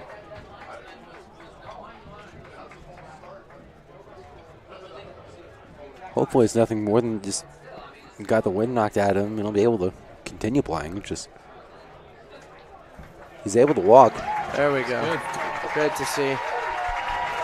Again, Louis Prevost with 3 picks in a row. I think he just has to cap it with a 4th for a pick 6, and then he might have the perfect game. He might surpass John Kuntz for game. Game of If we can get some pick sixes, he could potentially surpass John I Kuntz don't know if for you want to bring that up with John Kuntz. defensive game, the best defensive game so far. But Ooh. he's making a strong case. Yeah, and Shaman Red Army chanting "We love Prevost." Great to see. Well, I mean, when it gets to 3 picks, it's definitely a way to do it. Wait, is that Brady Cook on? Oh, okay, my bad. For a second there, I always thought it was Brady Cook on defense. Oh, I was okay. Channeling his inner Devin Roberson. Brady Cook this time short pass to John Kuntz.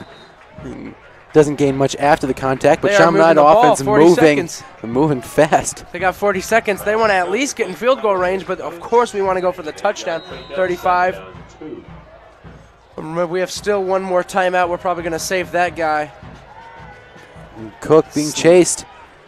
Throws it out of bounds. Stop the clock. 23 left on the clock. Nothing really on the play. Good play from from Cook, just to get rid of it, stop the clock. Yeah, it's still one timeout left. If you're someone you want to attack the sideline, try to get the ball out of bounds, will stop the clock. But honestly, you just got to. If you can get the ball in the middle field, if you have to, you still have a timeout. Just try to get the ball at least in a field goal range for Adam Schmidt. Third down and 2. Right. Maybe Adam can redeem himself for the missed field goal on the second touchdown. Excuse me. Here Here we go with 3rd and 2 with 23 seconds left. Big 3rd down. Hopefully we can move it into field goal range. Chaminade lining up with with 3 receivers to Cook's right. He's looking right. Trying to get it, but it's picked off by Linnell Carr. And gets tackled, though, immediately. See, there's the risky pass. When you have 3 wide receivers lined up, of course you're going to have 3 or 4 defenders on them. And when you throw it a low bullet, that's risky because then you just give too much time for those defenders to make a play, as he was the only guy there, and he just got a hold of it and got at least 5 yards out of it. So now DeSmet with 16 seconds has a chance of a bomb. 2 timeouts. I mean, I could see him going deep to Johnson. So I think Chaminade needs to play off here and try to protect. Yeah, definitely play a zone, deep zone. Mm-hmm. That's what they like to do. They've gone to Jordan Johnson a lot, and that's what they do for when they're going for big yards. That's what they had in their last game, which turned out to be a loss to Vianney off a late field goal. DeSmet actually tied it at 14 apiece with a very long touchdown to Jordan Johnson. But Nate Martins is chucking it. Too long. Too long, though. Arm. He's just overthrowing his receivers most of the time. But, I mean, that kind of arm strike, though, is very rare in high school football. So if he can just get his accuracy under control, he could be a really, really good quarterback. He's definitely a solid prospect, ranked, I think, about 31st or so in the state of Missouri. Mm-hmm. To give you some context to that. Not shabby at all. Not shabby at all, but to give you some context, Brady Cook is ranked 9th in the state. So we have 9 seconds. Big bomb again into the end zone is always a possibility. So I'd say play it back, as I see 2 safeties playing it back. Smart. Safety's playing very deep. Yeah. Oh, they're going to go short. Rashad Smith-Harvey again. He's running, but he'll be stopped. And that'll be it. Actually, no. Refs blow it dead. 1.1 left on the clock. This is where if you're Chaminade, you put all your guys in the end zone. I mean, at least a couple guys. Yeah. Because 1 second, they obviously don't have time for anything else besides a deep bomb. So if you're Chaminade, get your tall guys in the back of the end zone. Quarterback, Martins has an arm. He's able to get it to the end zone if he has to. Right. Honestly, you could probably just put most of your defensive backs on Jordan Johnson. That's most likely they're going to go to with this. That's how you could expect. I'm with Joe, though. Just keep the guys back. Have your line there so at least get through to get some pressure on. But play it back because, who cares if they get a 30-yard reception? You just got to stop them so they can't get a touchdown. Exactly. So here comes the defense and DeSmet. Last play of the possession before our halftime. So if I'm Chaminade, I've got a couple guys super deep, a couple guys in the middle, and a couple guys rushing because you want to make sure, like a screen like we saw earlier, isn't going to bait you. Martins, deep, not even deep bomb, but they're going some passes. Oh, no. And Trick White still on his feet. Please. But everybody tackling. He's still up. And then they finally knock him down. Oh, my goodness. Lucky for Chaminade there. Ooh. Yeah, that's a little scare. All 22 guys were on him at the same time. Tristan, I believe you have something to say before we send it off to halftime? I do. Before we send it off to halftime, we have a very important week coming up. Mental Health Awareness Week is October 1st through the 5th. Chad's Collotation will be presenting information to parents on Monday the 1st and to students on Tuesday and Wednesday so that everyone can learn more about issues related to mental health. On Tuesday the 2nd, students should wear yellow shirts with their uniforms for suicide prevention awareness. The shirts do not have to be collared, but it must be in good taste and predominantly yellow. There will be yoga offered to students and faculty on Thursday in the Commons during Estovir, as well as student interviews taking place during lunch on Friday. So everyone, please participate. Wear your yellow shirts. It's a very big week. Mental health awareness is a very important thing that should not be overlooked. So it's a big week. Everyone, please wear your yellow. Mm-hmm. Definitely. So what they asked us to do was to think about the student who makes your day when we see them. And I chose you. I'm here because I wanted you to know that you're one of my favorite seniors. First of all, you're kind to everyone, but also you really inspired me as a student. and you're just an outstanding example of Estovere. You are a magical person. You have a heart of gold, and you light up anywhere you want them to. You remind me of how hard a lot of our guys work to get here. I know how difficult it is and the ups and downs that you guys go through, moving away from your family, going to a new place, being in a country that's different with a different language. That's why I love what I do, and that's why I love coming in and being able to help you guys, being able to help you get involved and find something special here at Chaminade. Every time I see you in the hallway, every time we pass, you're like, "Hey, Mr. B, how's it going?" And you always have a smile. You're always asking me how things are going, and for that, that's what makes coming to school all worth it. Thank you. You are the embodiment of Estovere for me. Thank you for being you, being a good human, and being kind and being true. You are needed much more than you know. You are so loved and appreciated. Your uniqueness, your creativity, your willingness to be yourself inspires me to come in and teach every day. So don't ever change. Stay golden.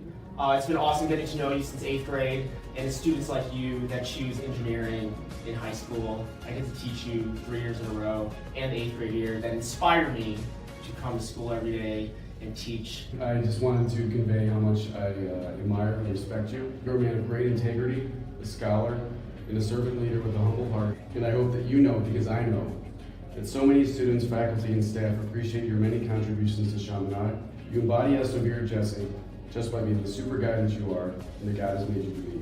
Parker was a student of mine. I taught his brothers. I've known his family. But what I'm really touched by is that we have maintained a friendship. He comes by my room regularly. And sometimes it's for nothing more than just this.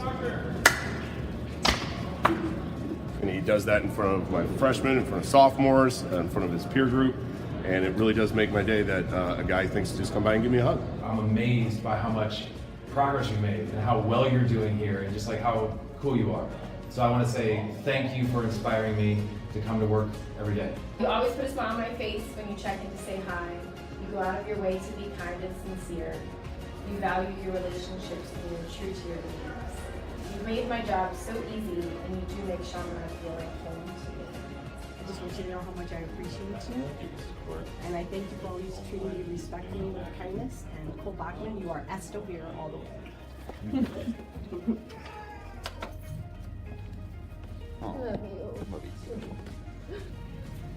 Thank you, Lon. Thank you so much for being in school.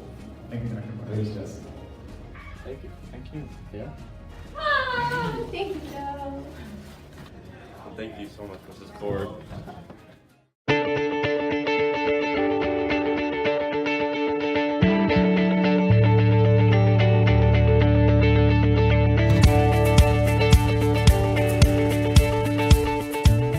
The campus is 56 acres, so you really have to come up to the hill where Chaminade sits to see the whole expanse of the campus.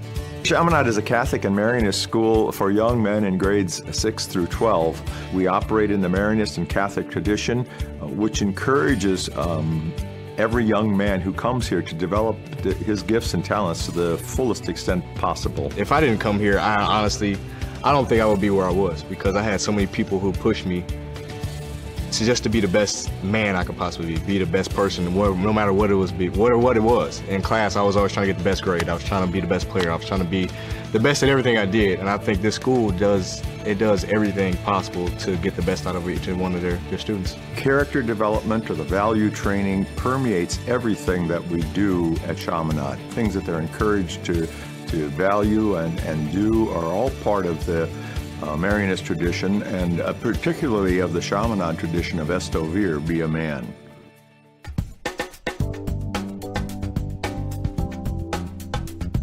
The service program that we have here is pretty amazing and very extensive, and it is demanding of the young men's time. We do it in such a way that they have to find the time in their busy lives, just as they will later on as adults, to be of service to other people. For a while now, we've been doing Father Dempsey's, which I did, where you go down and you cook food for the homeless down at the Father Dempsey's shelter. You'll find them all over the metropolitan area. We work quite a bit in North St. Louis. They work in various institutions here, caring for older people, work with young people and tutoring them. Some of the programs go to El Salvador. When I first walked onto campus, I was a 6th grader, it was 2008, and I was so nervous that I wasn't going to fit in, and because I like theater and I was kind of a Star Trek dork. But I mean, you just learn really quickly that everyone around here is just so welcoming and so open. That was so reassuring to me after I was so initially nervous to just be here and be a part of it.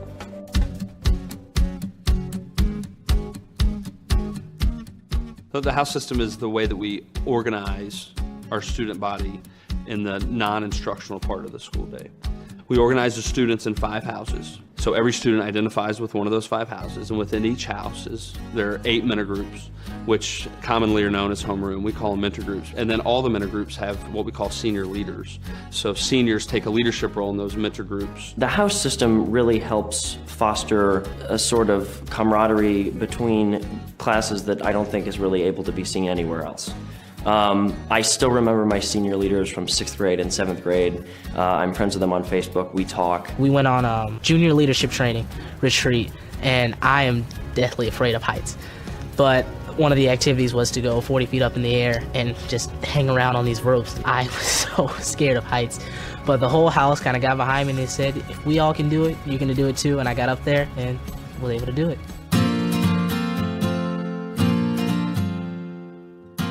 Chaminade has been a very important part of my life. Still, some of my best friends growing up are kids that I met here in high school, and for me it's about being well-rounded. I think Chaminade is the perfect balance of academics, athletics, religion, arts. I think overall, just with the experience with the faculty and with the school and the kids you meet here, to me it was a huge part in me becoming the man I am today. We have the fantastic Skip Bureau Center. What I love about the Skip is that there's so much variety of stuff. It's not just we're focusing on pottery, or we're focusing on theater, or we're focusing on band. You can do everything. The balance that exists between studies and sports is that you take care of the work in the classroom, and then you take care of what you need to on the field. The soccer field is one of the best in the country. Basketball, of course, certainly competitive, and the size of the school allows many students to have the opportunity to play sports. My favorite memory is going back to the days when I played Chaminade hockey. Some of those guys that I played with were classmates and have made lasting friendships. It just really means very much like a home setting to me. It's a place that's very based on faith, and faith is important to me and my family, so I can come back here and feel very embraced in that family spirit. Chaminade does a great job of molding you into like I say, you walk in these doors a boy and you leave a man. This was, the biggest factor of this way on me was kind of my maturity, away from hockey, becoming a man and become a person. Just kind of like the slogan, Esto Vera, that was important, and it's still something I always hold close to my heart. Esto Vera is a Latin expression that means be a man, and that's the challenge that we give to every young man who comes to Chaminade, to be the person that God intended him to be. And to do that, he's going to have to work at developing his inherent gifts and talents, but he's also going to need to learn a strong set of values. It's a very comprehensive motto that calls him to be the very best person that he can be.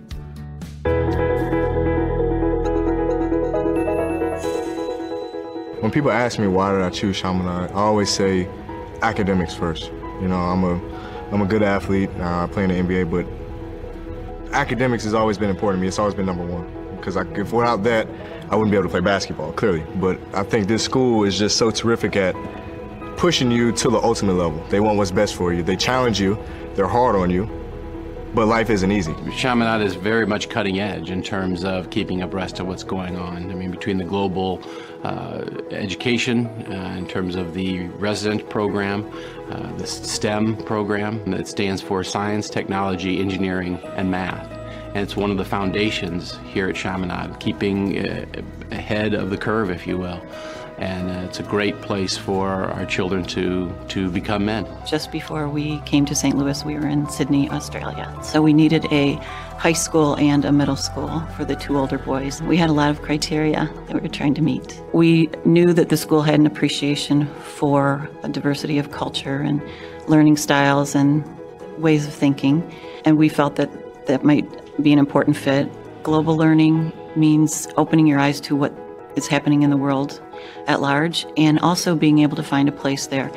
And we felt that we needed our boys to be marketable, and that when they leave here and go to college, that they would be able to be gainfully employed in a world that doesn't just think about me. It's very important that we maintain our connection to our CMEs, our Characteristics of Marinus Education, and our Global Reach program fills that need. It fits right in. The students are going to have a greater awareness of this connectivity of what happens in the globe. It also happens at home. And if we bring students to the awareness of this local global nexus, it's going to be very helpful for them as they move forward in their education. So that's very poignant to interquality education. We are very proud of our graduation rate at Chaminade. The advanced placement and college credit program that we have is very highly developed. So it is not unusual for a young man to leave here with 30 or more hours of college credit. With the phrase "We Are Chaminade" embodies exactly that, the spirit of the school, the spirit of the students, the loyalty, and it's much deeper than a loyalty to the school or to the sports teams. It's a loyalty to one another. It's a loyalty to each other as brothers, as classmates, as family. It's a sense of the family spirit that we have here that is so important. That's one of the parts of the Marinus characteristics that the students value most. They can grab onto it because it's very real, the family spirit that animates everything that we do here. I have great memories, some of my best memories. I think if I could go back and do something all over again, it would be the 4 years I spent here in high school. I think that once again, the kids that I met and the special times that I had playing basketball here as well, I think was something I'll never forget, and something that really helped me to really kind of become the man that I am. I obviously think Chaminade is a very wonderful place. It affords any young man who comes here a very rich experience. And we can't talk about all of it, but what I would encourage you to do is to come and visit us and be a part of our family. We are Chaminade. We are Chaminade. We are Chaminade. We are Chaminade. We are Chaminade. We are Chaminade. We are Chaminade. We are Chaminade! We are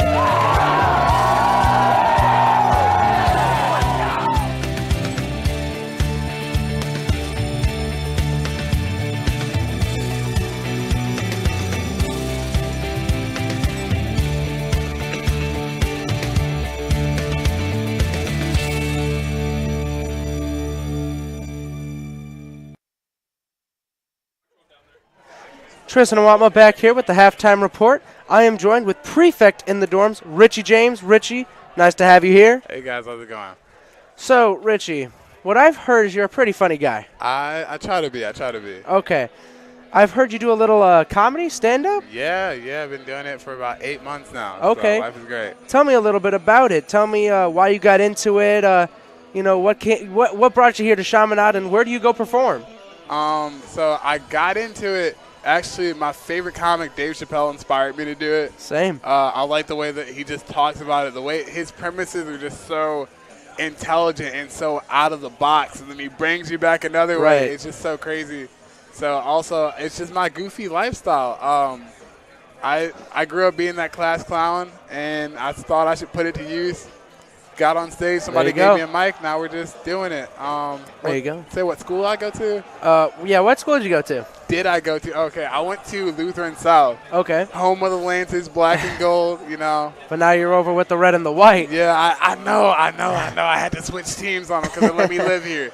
They let me live here for free, so. There you go. So tell me about what's the Funny Bone? The Funny Bone, it's a local comedy club in Westport. I do the open mics there. I actually made it to the finals in the competition over the summer. Nice. So it's a cool place to be. Very awesome. I'm going to be there this Tuesday But before that, I actually got a couple different dates this week coming up. October 1st, I'll be at Laugh Lounge for Eric Rivers' First Funny Mondays. Gotcha. Got Marquise Moore, Eric Rivers, Larry Green, Jason Nelson, funny guys from St. Louis. Right. Guys are assassins with the mic, fam. Right. Trying to think of another St. Louis comedian who made it big is Cedric the Entertainer. Cedric, definitely a cool guy. Actually, crazy thing, when he started, he didn't want to be known as a comic because he did so many different things. He would go on stage and dance and sing and be goofy. He's an actor, too? He's an actor. He's a guy. He's like, I'm an entertainer. I'm different. Right. So it's cool. Definitely. Oh, before I forget, also Artist Art, Friday the 5th. That's going to be another show I'm on. It's going to be me, Tommy Dangerfield, and comedian Elle. She's a lovely lady, only female on the bill right now, but we got a couple other people who's going to be just doing some guest spots. You said Friday the 5th? Friday the 5th. So Put that in the calendars, folks. The 5th. So the 1st is going to be First Funny Mondays at the Laugh Lounge. The 2nd, I'm going to be at the Funny Bone. And then the 5th, I'm going to be at Artist Art. So add me on Facebook at Richie James, RCHY, Instagram at That Comic Richie. So go follow our guy over here. He's here at the Prefects. If you ever want to see him, talk to the man. He'll crack a joke. He'll make you smile. Richie, it's been a pleasure, sir. Thank you. I appreciate you guys having me on. Everyone, make sure you go follow him on those social media accounts and go see him live in performance. Please do. Thank you. I like that. Guys. All right, folks. We'll see you at the next half.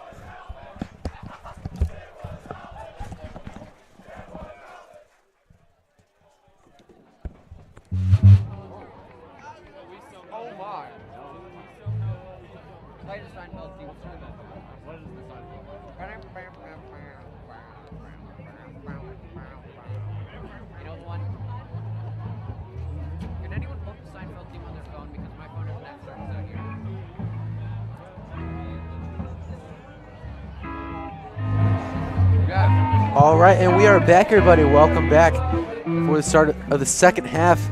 Now we're going to get underway. We hope you enjoyed that little halftime interview that Tristan just conducted. Yes. But we're now back to more football, which you originally tuned in to see. Of course. We got a pretty good game on our hands. Yes, we do. First half was definitely, like you said, the game you predicted, a game of the offense. Both sides well-rounded, running and passing, connected on big plays. But it was the short game that really came through. The short runs that for 10 yards to get the first down. It was definitely a tale of the offense. I got to say, if there weren't so many penalties and mistakes by the teams, I think the score would be run up a lot more, at least a touchdown for each. I saw a lot of holding penalties, a lot of false starts, a lot of mistakes mostly on the offense. So maybe the teams are going to come back trying to prevent those this half. Definitely. Yeah, a lot of times in the second quarter you saw that. Like, I remember one play specifically where it was a fourth down and like 1 or 2, and DeSmet could have most likely gone for it and picked up the first down, but then a holding call or a false start, I believe, pushed him back another 5 yards and forced him to punt. Yeah, we'll see at this half how they play it, if there's going to be more false starts or they're going to play it a little smarter and a little more conservative, as Chaminade will start it off. Speaking of playing it smart, Chaminade gets a touchback off the catch from Jabin Johnson in the end zone. And so Chaminade will start off at the 20. Mr. Stinson, I'm looking at you. You're looking a little orange. I am a little orange. Please, you as well. We had a great time during halftime. The Chaminade Red Army actually whipped out the orange powder, the thing with the orange out. Always a great time. Oh, of course. All out here looking like Donald Trump. It's a great day here at Tom Holmes Field. Hand off to Amar Johnson again. Breaks through. Still on his feet. There, look at him the first go. down, and then gets pushed out of bounds. Flags are being thrown everywhere. Late hit, maybe? Yeah, that's what I think it is. I hope it is. Someone will take the extra yards if so. Johnson picked up about 19 yards on that run. Chaminade's chanting running up the middle, even though that wasn't exactly what happened, but it works. It works. The middle of the right side of the field. Yeah. The middle of the sideline. Right. Good run there by Mr. Johnson. Pick up of about 15. I thought he was tackled at line of scrimmage. He kept moving. Looked like an inside run that he ultimately bounced outside. Got a very solid game. Right. Plus the extra yards here. Johnson's coming off the field. Coming on to replace him is Danny Sheehan, number 28. Great to see Deesh on the field. The former CSPN broadcaster himself. Of course. Gotta get the shout out. Once a CSPN commentator, always a CSPN commentator. Cook with a handoff to Sheehan. Ooh, Runs out of nowhere. space, though. Well, flag was thrown, I think, there. I don't know. I didn't see a flag, but he did get tackled in the backfield by Armand Wallace. Yeah, it looks like there is a flag.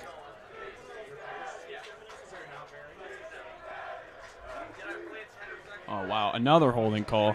Jeez. Seen plenty of those. You know, the refs are just on top of the game today. You know, if I'm a high school referee, you know, I'm not judging, of course, those refs, but I kind of like to let things play out. You know, a late hold, you know, an early call, you know, it's nice to be on top of them so things don't get out of hand, but let these guys play. You know, you got to, you know, they're all high schoolers trying to find what they're trying to do, and I think you got to let the game progress and let them figure it out on their own. I mean, unless it's something crazy like a, you know, a big late hit that's just, you got to throw it. But, you know, the small calls that, you know, aren't really affecting the, you know, the possession, I think you let it by so the game could just move. And I agree, unless it's blatant, you don't necessarily want to call that all the time. Right. Cook a long pass, trying to get it to Jabin Johnson. Looked like he got tripped up somewhat by Caleb Purdy before eventually falling to his feet, but the refs don't call anything on the play. And so we got a second down and 20 for the Red Devils. Another one of those deep bombs that don't really, you know, aren't completely a little overthrown. We've seen from both sides a little overthrown deep throws. Interesting to see. I feel like last week we saw a lot of accurate passes, you know, run them to score 7-6 touchdowns, you know, total of 13 touchdowns to lead for both teams. Interesting to see a lot of the quarterbacks have arms, but they're not necessarily throwing it the most accurately today. Second down. Cook keeping it, running out of the pocket. Uh-oh. Gets tackled, but gains a couple yards in the play, only about 2. Looks like it'll be about 2nd and 18. Or 3rd and 18, excuse me. Looking for a pass here to get that first down, but I don't know. It's a big play here for Chaminade. You got to see them move it, and you're looking for a deep pass. Brady Cook with the ball again. Deep in the pocket. He's scrambling, trying to find something. Breaks one tackle, still in the backfield. Needs to do something. Going out of bounds. Drops a shoulder. And that elicits some cheers from the Red Army. A couple oohs and ahs. I mean, the mobility there was big. The receivers just couldn't get open. I mean, credit Brady Cook for not forcing anything. Or, you know, he actually kept it, got 5 yards off of that. Good play by him. That was not a first down. Definitely a smarter play than trying to pass it to someone that's not open. He was able to go cross field there. He was in the pocket on the right side, came all the way over to the, you know, left side out of bounds. So, you know, he stayed alive. Yeah. 4th and 13 here. Cook gonna punt the ball. Ideally. Lining up all the way back, and that's exactly what he does. Good punt. Boots it all the way back Touch inside it. the 15. Oh, amazing punt there. Picked up by John Kuntz inside the 10. Yeah, great punt there by Brady Cook. Fortunate bounce, too, even pushed it back even further. Yeah, put DeSmet within the 10-yard line there. Great punt, great bounce for Chaminade. And coming onto the field now for the second half is the man of the hour, Lewis Prevost. Good to see he's okay. Yeah, definitely. Always good to see him make that comeback. A 4th interception here would be absolutely insane. I mean, a lot of his interceptions have become on those deep, kind of post routes. If we could jump another one of those, 4 interception game, absolutely be insane. Let's have another handoff. Very little gain on the play. That's Taj Butts again with the carry. Second down here. Looks like it'll be 2nd and 9. This is a big defensive possession here because what we saw last week is when Jeff City was in this position, John Kuntz blocked it for a punt, return touchdown. We got to keep him back here. We don't want him to get those long passes, We got to keep them, within the 10 so we can get better field position. And that's what they're doing. They're tackling all the way back at the 2-yard line. John Kuntz was in on the play initially. It's actually beneficial he didn't make the tackle because the receiver actually ran back for a couple more yards of loss and ended up working out for Chaminade and lost a 6. So now it'll look like little third and 15. They're going to try and go. They're going to have to go for a deep pass. You know what's happened with them when they've attempted it so far? Sack would be nice. Or maybe a pick from Lewis Provost. But they're going to give it to good Taj run. Butts. Good Still run. on his feet, and he picks up the first down. That's one of those conservative runs you see a lot in the NFL, like third and 20, third and 25. They'll just run the ball and be like, all right, I'll concede, I'll punt. Actually ended up working out for him. I mean, blocking and a great run by Butts. Definitely. Unfortunately, he just found a gap in the middle. His blockers created it for him, and he took it for 15 yards. Another flag thrown, though. Another run from Butts. Another flag. See what the I refs think say. it's a holding. Wow. It's going against DeSmet. Another holding. Works for Chaminade. Right. It's going both ways. It's not like you just see a bias on the referees. They're calling it both ways, holding on both sides. This is what I'm saying with these holding calls. You call it more than 5 times. Let it play out. You got to. In general, though, I mean, pretty sloppy game overall. There's been a lot of overthrows. Yeah, definitely. We've seen Prevost with 3 interceptions. Great for him, but, I mean, might be errant in, on the wide receivers or quarterback. A lot of the holding calls, overthrows. I mean, hope to pick up the game, maybe see a lot more consistency from his offenses. Right.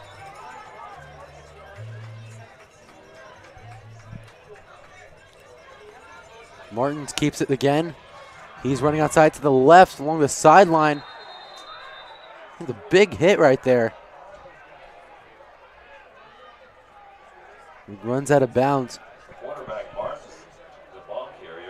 Only gains 1 yard or so on the play. 2, to be specific.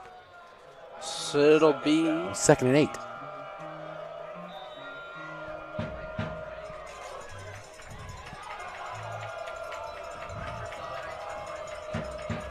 Looks like it'll be a pass. Oh, no. Let's calculate that one. Good tackle. Run goes nowhere. That was really good up front play by the Chaminade defensive line. And Kevin Ray there on the stop. Got 3rd and 8 now for the Red Devils. So far, a pretty close game.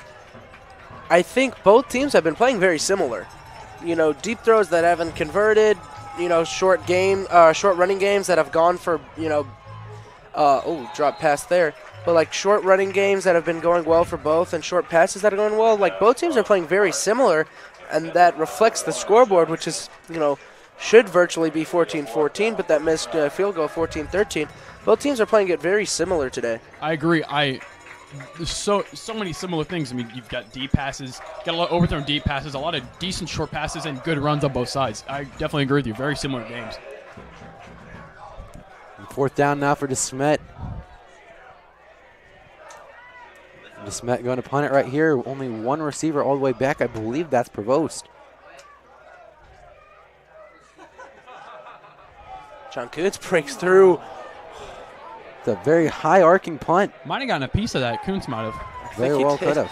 Kuntz was right on top of it. Right on top of him. I kind of wanted to see that one go the distance just to see it land in the hands of Prevost, see what he can do. Prevost was the lone punt returner back on the play. I think we should make this a tradition. I think it's time to predict scores. Ooh. Joe, start us off here. I'm going to call it right now. It's going to be 27-21 Chaminade. Like it. 2 touchdowns for both teams. Just calling right now. Or, sorry, 2 touchdowns for Chaminade, 1 for DeSmet. I'm just gonna say that I think that since no team has really been able to score much since the end of the first quarter, I'm only gonna call it I would say 20. The final score 20-14 Chaminade. Oh, okay. Chaminade, I think, has got the momentum to get another touchdown, put them out in front. and the defense, I think, has been good enough to hold them up. I'm going to hit it with a bold one. 23-21 Chaminade. Cook, a deep pass for Jabin Johnson. Reminisce of last week. Yeah, I know. Didn't really have to shove there, but Jabin was out of bounds anyway. I don't know if he would have made the play. Right. But I don't know. The shove seemed a little suspicious there. Last week we saw Jabin go the distance for a bomb very much similar to that one and caught it for the touchdown. Was that in overtime? It was. That was in overtime. The eventual game-winning touchdown. Big third down here coming from Chaminade. Empty set.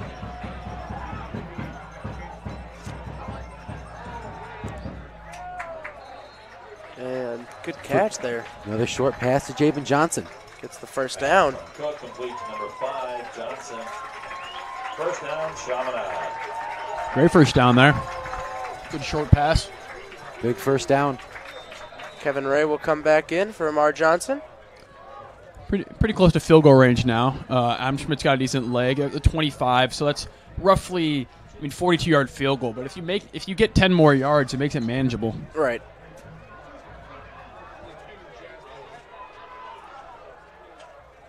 Cook scrambling now, still on his feet. Run it's out of bounds.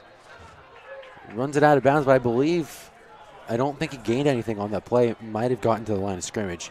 Looked like there's a design run there to the left. I couldn't really tell. I was trying to figure out, but I think it was designed because Brady wasn't even looking at his receivers. So they're interesting by Chaminade going back to him on the run plays designed. Right. And a 2nd and 10 once again. 6:55 left in the third quarter.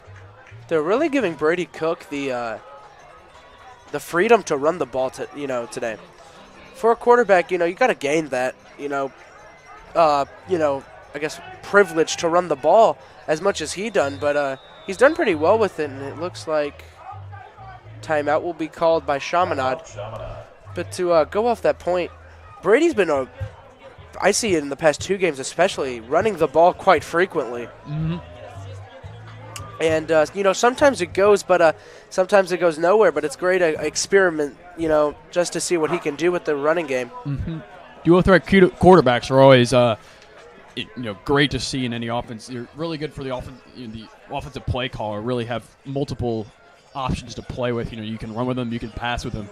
So Brady can really work on that running game and develop it. Chaminade, especially next year, can have a really good option there. Right. Well, I got another PSA. This one is on our favorite T-shirts. The Chaminade Auction Committee has collected gently used cotton Chaminade T-shirts. These will be used to create T-shirt quilt that will be part of the auction. Just drop them off in the main office. Thank you in advance. Game back on. 6:55 left.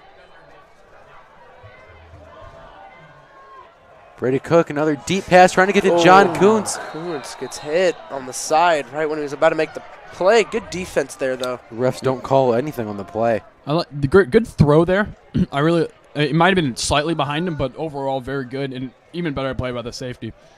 The pass from Cook. A lot of wide receivers get hate for dropping those in the pocket, but you got to think when you got a guy right behind you and you still have to manage to catch the ball as well as avoid the hit. Becomes very you got to think both ways, so you got to give them a little leeway and a little credit. Usually the guy that's criticizes the receiver for not catching the ball is a defensive minded guy. He doesn't know how hard catching the ball really is. Right. Cook running outside to the right, cuts back the other way, still find some room, running the ball, gained some yardage. Interesting here, he got it to the 20.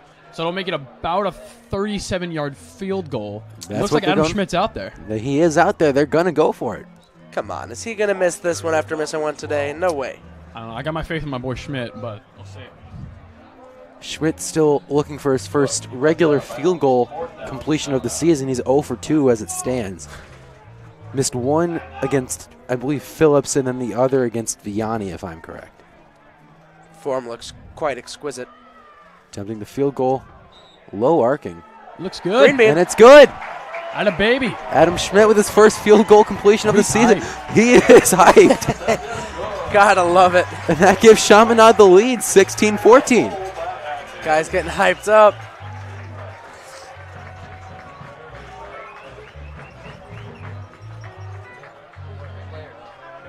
You know, a touchdown gives Chaminade 23. And if DeSmet scores, my prediction becomes even closer. I think mine's a little off now because I'm predicting 27 for Chaminade. 11 points is not really easy to come by. I knew my man Adam Schmidt would make a field goal. I predicted that one. I saw it happening in a vision. Maybe if we can get 2 safeties, my prediction goes right then. 4 points is also 4 points is also very hard to come by. Unless somebody's got John Kuntz out there. I hear a ukulele out there, too. Shout out to whoever's playing the ukulele. It sounds quite good. I believe that's supposed to play in tune with the SpongeBob Nickelodeon theme going. Great to stay on theme.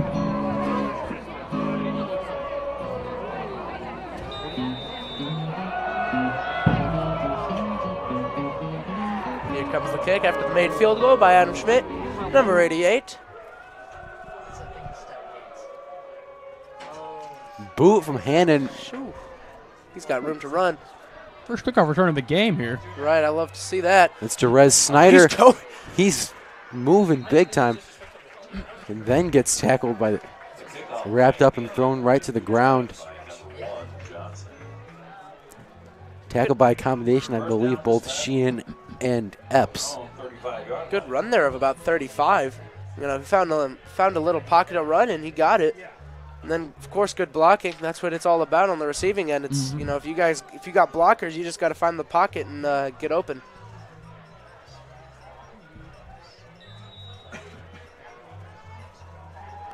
DeSmet lining up with 3 receivers to the bottom side of your screen. Martins keeps it. However, a great tackle right there from Julian McBride. Lets him go nowhere. Only gaining about 1. One of the rare outside runs for Martins. Usually we see him power up the middle, but we actually had the running back swing out right and try to block for him. Chaminade did a good job of shutting it down. I thought that was great. Great job there with the chase down tackle from Julian McBride. Julian McBride is not a small guy either, so and neither is Nate Martin. So got to get the big guys out there to take care of the other big guys. Martin's now running immediately out to the side, and he gets brought down at the line of scrimmage by Julian McBride again. He's been on fire there. I don't think that officially counts as a sack. He only gained 1 yard, though, so right. It doesn't show up on the score sheet, but it did its job. Sack in our hearts. That's what we'll call it. You got a 3rd and 9 now. 3rd and 8, actually, I believe. Big 3rd down here. Got to get that first if they want to keep the offense going. Martin's looking to pass it. He's looking deep. All sorts of time. Leaves the pocket. Tried to get to Rashad Smith-Harvey, who was wide open. Too high. Pass is incomplete. Just throws it over the mark. That brings up a 4th down for this part. Another stop by Chaminade. Only 2 touchdowns allowed. That's really good defense compared to last week. I mean, they had great defensive playmaking, but they did allow 6 touchdowns. And you see 2 on the board with about 20 minutes total left to play. That's really good defense. Chaminade's defense has been really able to remain strong throughout the game. So now, Mr. Stinson, yes, is the defense in play? The defense is definitely coming back into play. That's right. As you said earlier, Tristan, defense does win championships. Yes, it does. Indeed, it does. And the ball bounces just after the 40, and DeSmet hops on it. Had to dive for it just to make sure. Just in case. Gotta love the Chaminade bounce there. We've seen a lot of bounces that go in Chaminade's favor when Cook's punting, go for, gives us a couple extra yards. But in that case, ball came back, gave us a couple extra yards for the offense. God is on our side. I'd like to see what the offense does with this one. The last offensive possession was a little sloppy. A lot of in the pocket runs for about 1 or none. So I'd like to see a little pickup here. they're showing that power formation they ran a lot last game against Jeff City. Right. And on that play, or when they did run that formation a lot, they handed it off to Amar Johnson, which is exactly what they just did. Gain of about 2 yards there. If I'm Chaminade here, though, I'm really looking to score a touchdown. 7 points that puts them up by 9, which obviously isn't attainable in one drive, so it gives them a multiple possession lead. But also running the clock, trying to tire down DeSmet's defense is important too. Of course. Right now we do have the leverage in our hands, so we do want to use that clock to our advantage. As John Kuntz with a pitch gets about 2 yards there. The ball carrier, John Kuntz. Third down here. Hopefully the offense could get that first down and keep it going. 3rd and 5 is definitely manageable. Could be a short pass. Could be a run potentially out of the shotgun, I'd think. But with plays like this, it kind of gives you that option because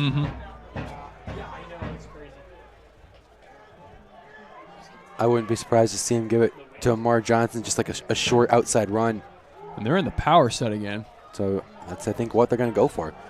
And it is a handoff to Amar Johnson, but he does take it right up the middle, but he doesn't gain anything. Swallowed right up by the DeSmet defensive line. When you run, after you. No, please. Okay, well, looking at Chaminade's game plan, I talked about, either milk the clock or go for first downs. Clearly, they're playing to protect the lead. They're not playing to expand it, which is interesting. So I'm assuming they'll punt here, play it safe. DeSmet doesn't seem to be looking punt. They don't have anyone back. But if Chaminade punts it, we could see the defense back at play. And I think Chaminade really is putting faith in their defense right now to make a stop. Right. Oh, try and draw them off sides. Veteran move there. With a very low arcing punt. It's bouncing right out of bounds. About the 11 or 12 there. We'll take it. Good field position for the defense. Very solid punt, but Cook appears to be having some cramps. Uh-oh. Something with his leg. Coach Torrey's running out. Looks like it hurts. That's not what you want to see. Scott's coming out, stretching that leg out. Yeah, I don't think he drank enough Pedialyte, folks.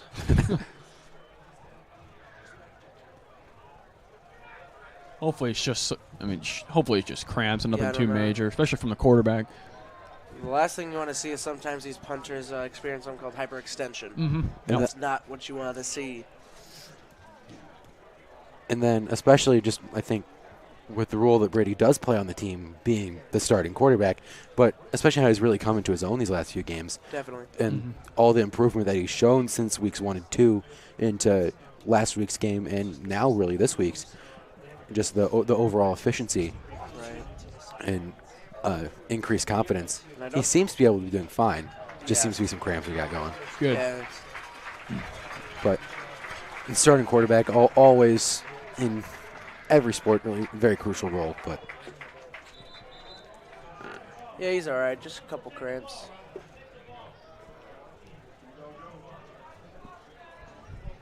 So here comes Chaminade's defense, and the tail here has been the game of the interceptions, definitely. For sure.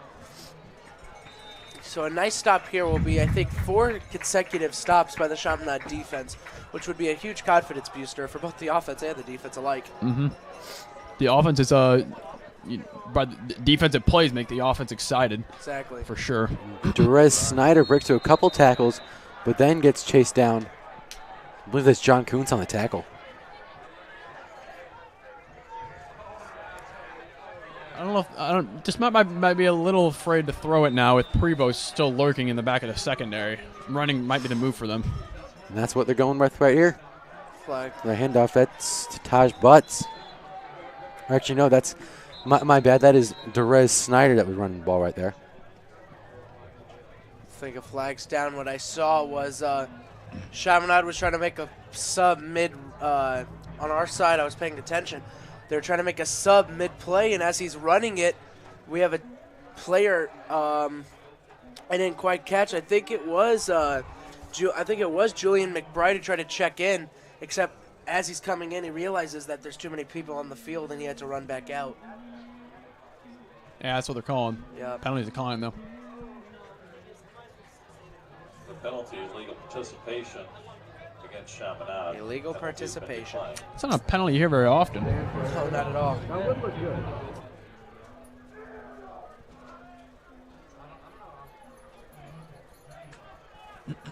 Some extra confusion, I guess. 2nd and 1. Right. We were on a good streak of no flags, so let's see if we can keep it back up.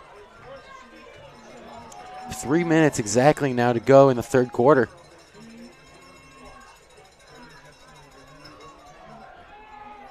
Hand off to Derez Snyder, but he gets swallowed up by the defense right at the line of scrimmage, going absolutely nowhere on that play. Right. Smothered him.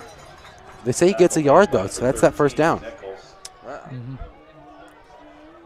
mean, still, despite the first down, it's still a very good stop for Chaminade. I mean, in terms of the running game for DeSmet, we've seen a lot of 10-yard gains and 1-yard gains, and if Chaminade could, consistently produce those 1-yard stops, and they'll really be successful. Good run. Taj Butts breaks free, gets another first down for the Spartans. He's really been pushing the offense to a in a way that, like, he's just so quick on it, and his quickness makes up for size and strength, where he will just power through just on sheer agility and speed.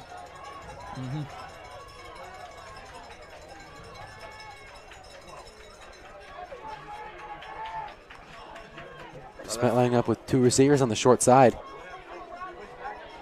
Martins keeps it. Gain of nothing.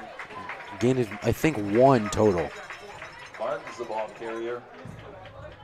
He is wrapped up by number 66, Rustemeyer. I stand corrected, actually. The refs say nothing. 2nd down and 10. Hopefully on the 2nd down we can get a stop and push them to throw on the 3rd and stop that and, get the ball back in good field position. There's another great run there for about, he's Butts was powering up the middle, but stayed on his feet. The refs blew the play dead, though, only gaining about 5 or 6. It's none of those situations where, as the offense, do you run it or you pass it? And if I'm DeSmet, I'm definitely going to run it here, because Chaminade hasn't shown the best ability to stop the running game, and the passing game has been very spotty. So if I'm DeSmet, I'm running it here.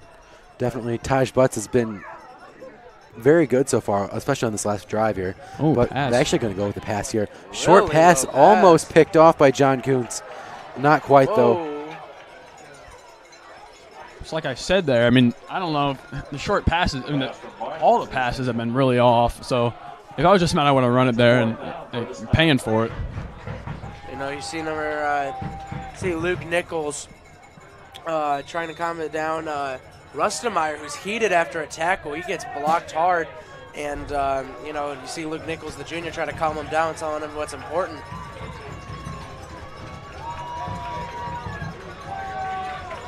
Martins leaving the pocket and make a quick pass. Caught. And it's a catch. It's Rashad Smith-Harvey with the catch. Interesting look there, because the quarterback was looking right for a second, kind of faked right and cut left, and had a receiver pretty much wide open. I don't think the Chaminade defense really saw that coming. 1st and 10 for DeSmet. Haven't heard a lot from Jordan Johnson this game in receiving at all. Not at all. Maybe it's a good thing for Chaminade, right. Showing a trend of stopping their best recruits. Corey Suttle in the last game, Jordan Johnson so far today. Big run there. Another run from Butts. On this possession, they started it at around the 11-yard line. They've pushed the ball up quite quick. They pushed the ball up quickly with 45 seconds left in the 3rd. Great running game, though. On almost every run he's ran for a first down. Yeah. Butts running to the outside again. Oh, he finds room. He's got plenty of open space, but then gets swallowed up by 2 Chaminade defenders. That's Kuntz and Epps. And he's very consistently running for a first down.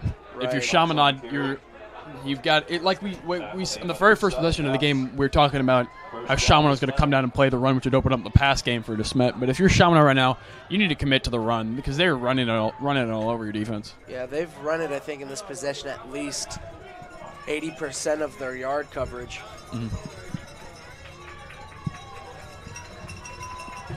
Martins with another handoff, this time to Derez Snyder, but he goes nowhere.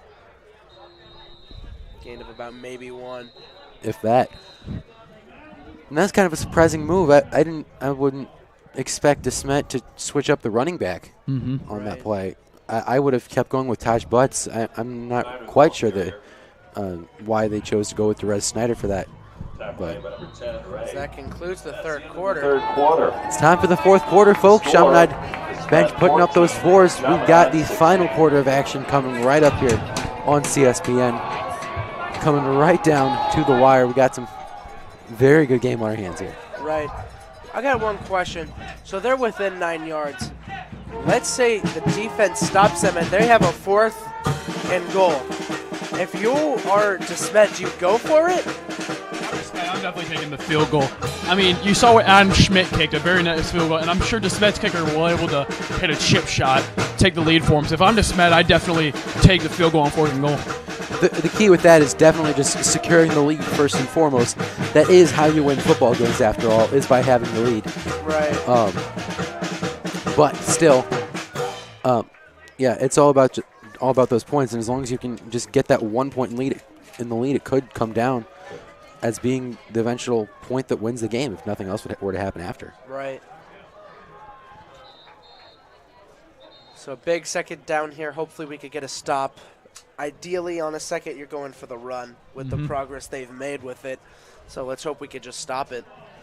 I could see a quick slant coming though. Maybe from the outside, yeah. Yeah. If you got maybe Jordan Johnson in a 1v1 Chaminade expects a run, you pass it. I could see that happening. But a run might be the most consistent option.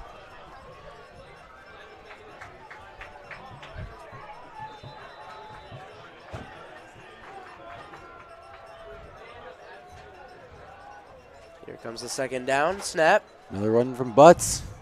He gets stopped right at the line of scrimmage, though. Now this is the big play, that third. Like, as we're talking on the 4th, you want to rather kick to be conservative and get the lead. This third down's big because do you pass it and risk a little more, or do you run it and get the first down and you're at the 1 yard line? Third down, 4. I mean, it's a difficult decision. It always is. Goal line offense is probably the hardest part of football. Do you run it or pass it? See what they do here.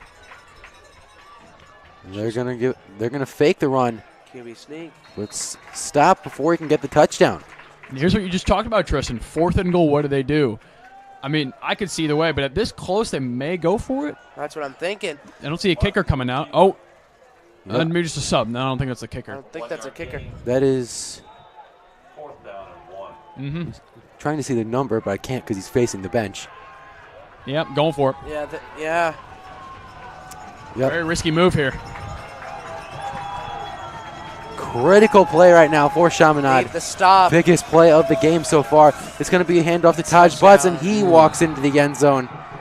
And DeSmet gets the touchdown, takes the lead.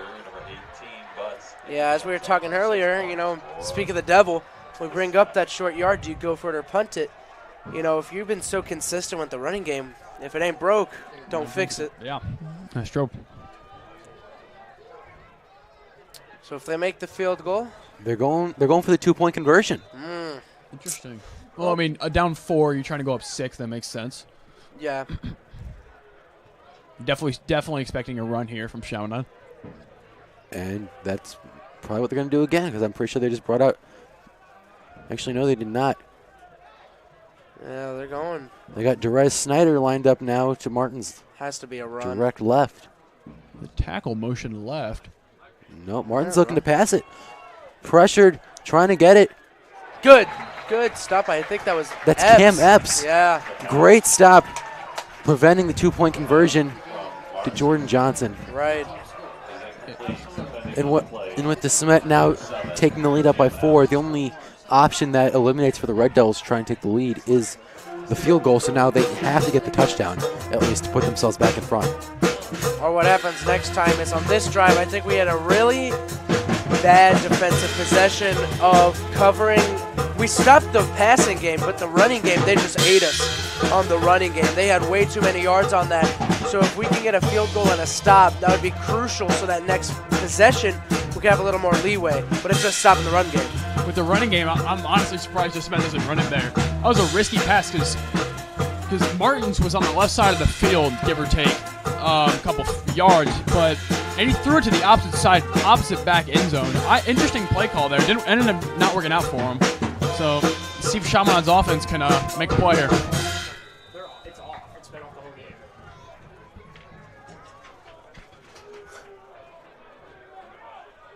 The noodle chance coming for this poor kicker. He does not deserve it.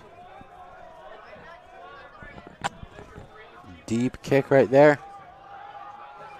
There goes Amar Johnson. He's still on his feet. Not anymore. Now he gets brought down to at about the 20. Kickoff by Bauer. One thing I always learned while playing Madden as a child, of course, that's where you learn your football, of course, is I would receive it.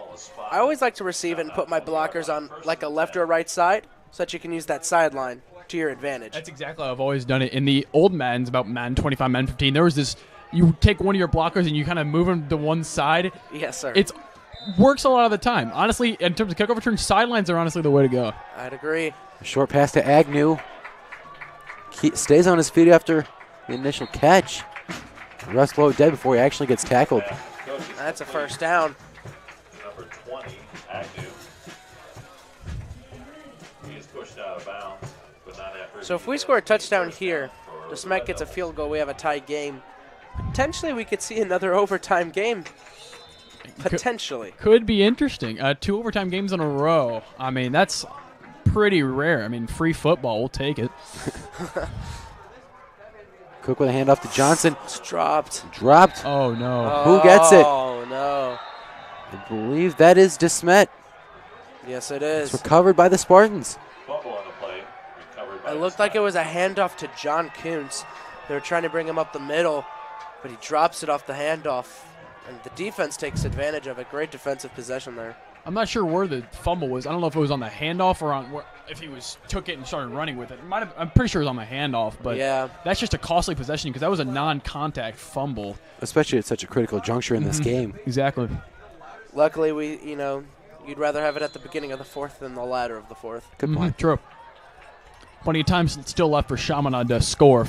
Definitely. DeSmet can put up some points here. Taj Butt's not on the field. Another interesting move by DeSmet head coach Robert Steeples. You could definitely see. Oh, there's the run. Another run from Snyder. Tackled by Trehakla. Snyder, the ball carrier. So right now you see DeSmet's in great range, off that unfortunate fumble. I could see a pass right. I don't know. I feel like a pass right now in the end zone. On a second down, you couldn't, possibly risk it. Second down and short, teams like to take shots. Doesn't look like DeSmet's doing that here, though. Another run from Butts. Picks up the first down. And that's what's been working for him, so it makes sense to stick with it. Chaminade still really hasn't been able to find an answer for Taj Butts. Right. Very solid sophomore running back. I mean, he's been all over the field all game. I don't know what he's averaging per carry, but it's got to be up in the 8-9 area. Yeah, he's having a phenomenal game. QB sneak there. Gain of about 4. Good pick up there. Again, great range. 5-yard gain, second down and 5. I mean, Adam Schmidt can make this field goal. I'm sure DeSmet's kicker could. And if DeSmet at least puts up a field goal, that puts Chaminade down by a touchdown. They would have to score. I mean, at this point, they still have to score a touchdown or at least take the lead. But we'll see what happens. Another run from Butts right up the middle, still on his feet. Brings it within the 5. Now they're just abusing the run now.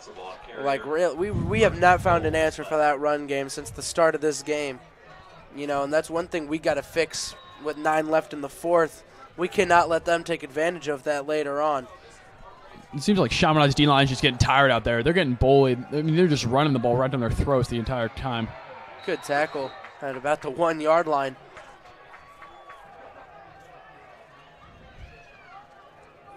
Tackle there, I think, by Luke Nichols. Butts on the carry. He is short, and that will be marked down. It'll be a 2nd and goal from, I believe, actually the 2.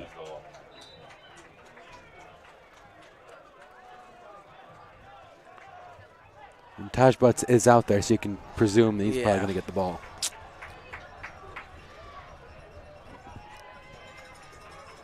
Big power set here. Yep. Just find a pocket and get in the end zone. That's what they do, and they will find the touchdown. Back and forth game here. Touchdown for DeSmet. Great game on our hands. It has really been back and forth, trading blows, offense and defense. If Chaminade wants a chance here, they've got to score in this possession. I mean, only 8 minutes left. If they give up the ball, DeSmet's going to have a pretty easy run of just draining the clock. Not something you want to see if you're Chaminade. Right. Here comes the extra point attempt. From Zarek once again.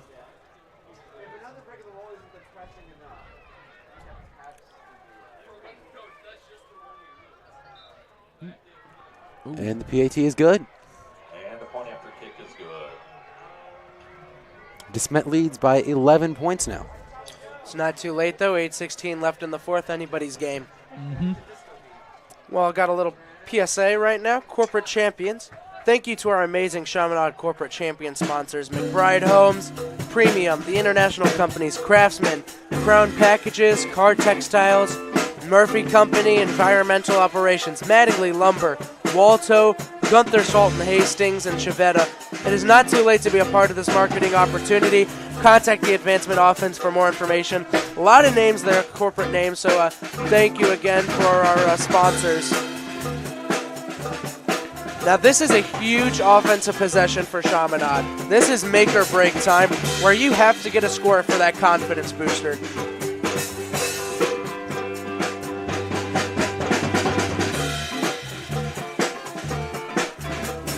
Another quick shout out to the band. They're rocking it tonight. Especially with the vantage point that we have, we are literally directly behind them. Just a few inches behind them. Yep. That's catching Lamar Johnson in the end zone. Touchback. If I'm Chaminade, or at least if I'm Johnson, I'd really want to take that kickback. I mean, the risk of maybe losing a couple of yards in comparison to the 25-yard line is probably worth the possibility of a big kick return touchdown, which we've seen a lot from Chaminade in recent years. I mean, a lot of kickoff return touchdowns. Right. I think the smart thing here is we just got to use that clock to our advantage, and we don't want to give them too much offensive time. So I think try to go for the short stuff, not the longest stuff, as it could just shy of a first. Yeah, just shy. Good short pass from Cook to John Kuntz. They give him the first down. Yeah. Give him it. Giving it, moving the 6. Just keep it moving. We don't want to risk anything with a long pass. I think we just got to eat up that clock, run it, short passes, and I think we'll be okay.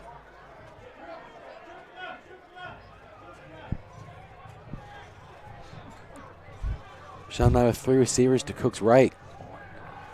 Trying to go to Doug Agnew and does. Gain of about 5. Short pass game. There it is. Yep. Sticking with it. If it moves the ball and keep doing it. Right. Unfortunately, though, if we score, we're still down. So we're going to have to – this next defensive possession is probably going to be the biggest one of the game. For sure. And they need to get back to what they were doing a lot in the first half. Definitely. And they only allowed 14 points.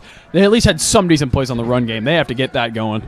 Definitely. Cook, a deep pass, trying to get it to Doug Yeah. Agnew, but they're It was calling PI. throwing a flag. Pass interference. That's going against Grant Western for the Spartans.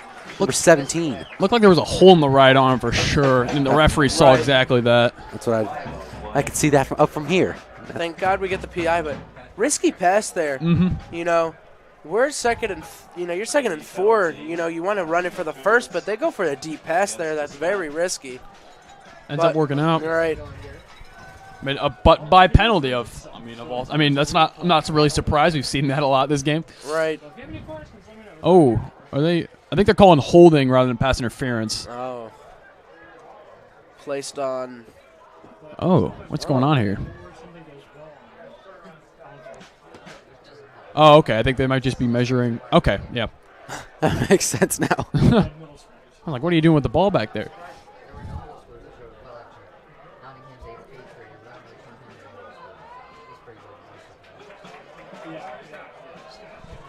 Chaminade will get the ball now at the 51, now in DeSmet territory. Chaminade from the DeSmet 49-yard line. First and 10 Cook there. pass to Johnson. Takes a big hit in the backfield. So that's tackle for a loss. Loss of about 5 or 6 there. Tackled by number 11. That's LaVon Jones. Good jump. Great jump, actually. I mean, he caught the ball, but the defender was there extremely fast. Cook, another short pass. This time to Doug Agnew. Right back at the line of scrimmage on a 3rd down, looking for probably a pass. This is a huge 3rd down because let's say we get it short, you risk it with a run. But, you know, ideally we got to go, you know, we got to get that 1st down here. If you're Chaminade, you're in 4-down territory.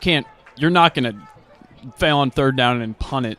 So, in my opinion, they should try to get a couple yards here in 3rd down at least, not necessarily go for the 1st down, and then make at least 4th down somewhat manageable.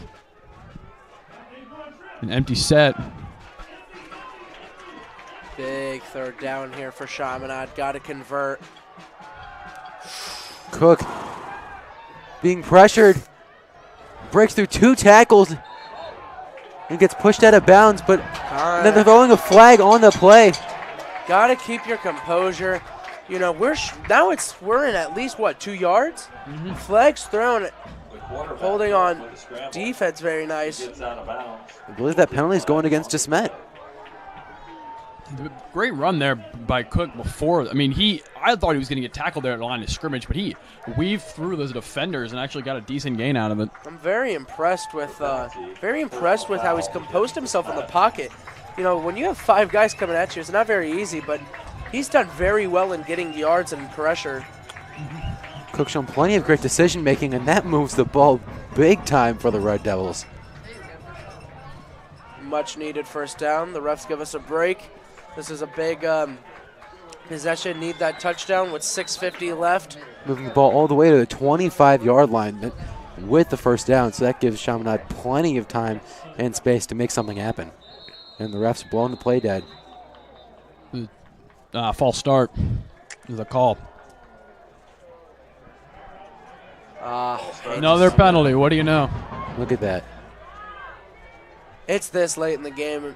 High school, college, or professional, you can't be making those false start, problems. Those are just things, rookie mistakes, and you got, especially in the later of the game, you got to crack down on that. In the clutch moments, the penalties are what kills teams a lot of the time. Definitely. In those kinds of moments, people tend to get pretty antsy, and that messes with their discipline.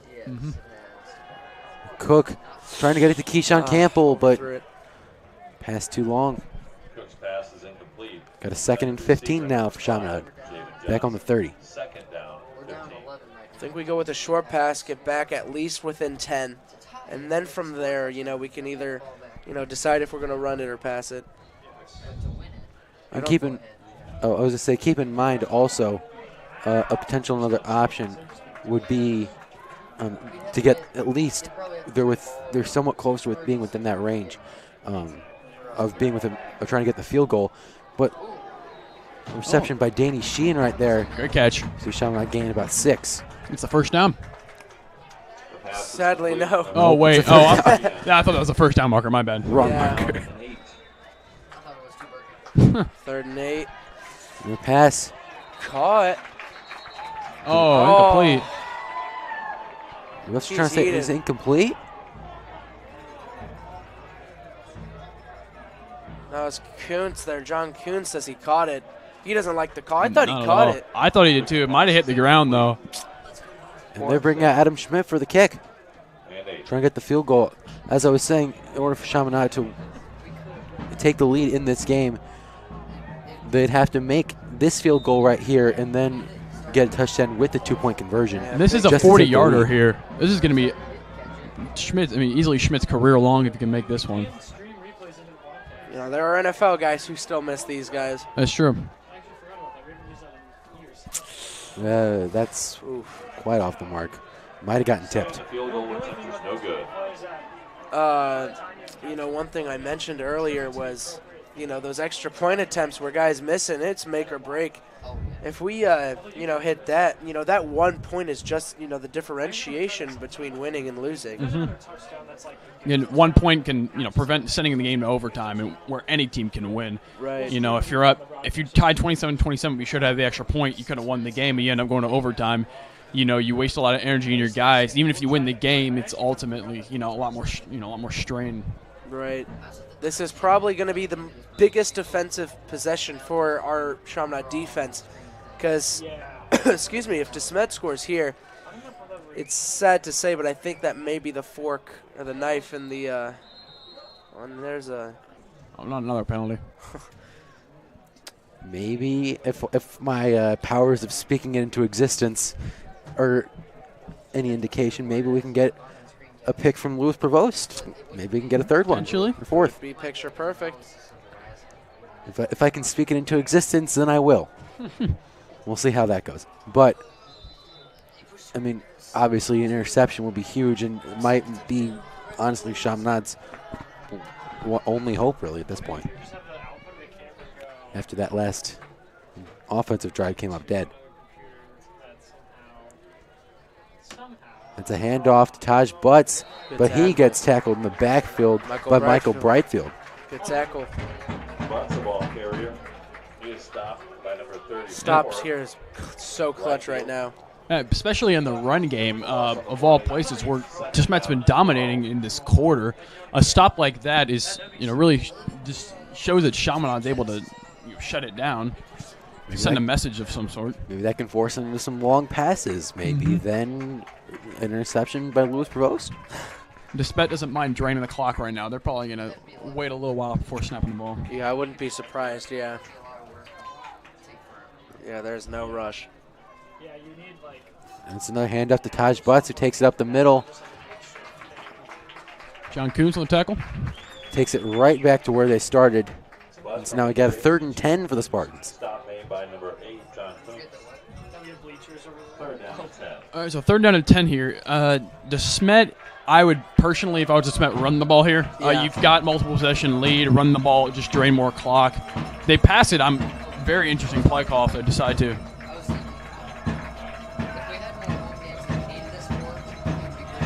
They're trying to get him off sides. And DeSmet, I think, is going to call a timeout. yeah, that's what it looks like. Tried to get him off sides, but to no avail. Last announcement of the night. Again, we talked about the Mental Health Awareness Week, but let's talk a little more about it since it's so important. Next week, again, is Mental Health Awareness Week at Chaminade. This week starts on Monday night at 6 p.m. with a presentation for parents and the skip, and it's not too late to attend. Tuesday and Wednesday, students will hear a presentation during ACT Lab and participate in a screening. Early intervention is vital in preventing and migrating the effects of mental illness. We're hopeful that this week will educate our students, faculty, and parents on warning signs of mental health issues, as well as provide resources to those that might be at risk or may come in contact with someone at risk. So again, a very important week coming up, but also a very important football game on our hands right now. Just under 5 minutes left in the game. Chaminade with their backs against the wall, down 11.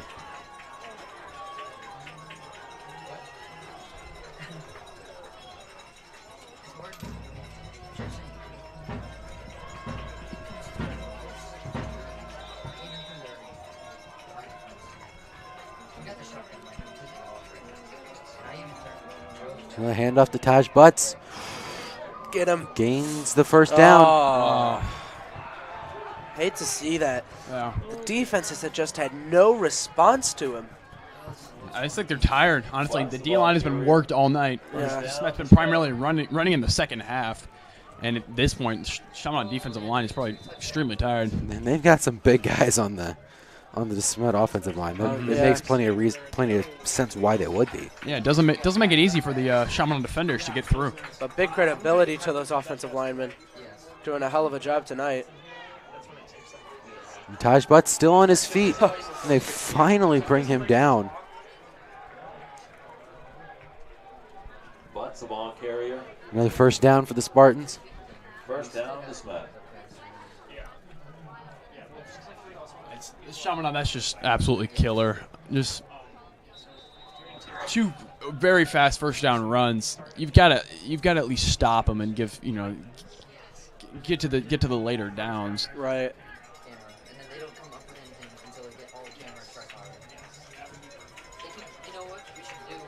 So with 4:10 left in the game, you know, if DeSmet makes something out of this drive, I could say it's the nail in the coffin. Unfortunately. Probably safe to say. Yeah. Good stiff arm. They can't take him down. Like, that was a great. They've been running him all game, and he's not getting tired. One of our best defenders, John Kuntz, got stiff armed right to the ground. I mean, Butts is an incredibly impressive performance tonight.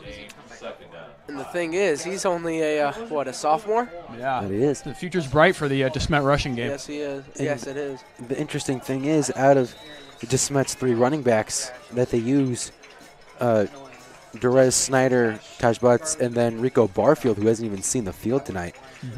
Butts has gotten, at least coming into this game, the least usage out of any of them. Yeah. He's only gotten 25 carries, whereas Rico Barfield, who we haven't seen at all tonight, has gotten 53, and Derez Snyder 41. Look at him go. Jiminy crickets. Derez Snyder pushing it right up the field. There's some sophomore there, Snyder with power. He's just bowling people over. All 3 running backs for the Spartans are sophomores. Yeah, these running backs have just been bullying, you know, this defense. This defense has been through a lot, you know, with these. Their offensive line has just been killing it, giving so much space for the running backs. And, you know, the defense has just been through a lot of wear and tear. So we'll see if we can get the stop. Another outside run from Snyder. Gains about 5. Just seems like he's just brushing off tackles. Yeah, pretty easily. Unfazed. So I was like, sweet. That's a good news. I couldn't use the slicer because I have the 18 use. Clock running down, only about 2.5 minutes left in the game. You know, you hate to say it, but is it safe to say that this game is close? This game's pretty much all but over at this point. And Smash is going to run it out rest of the game, most likely. But that gives us more time to talk about next week's game. Next week for Chaminade is senior night and the last MCC matchup of the season.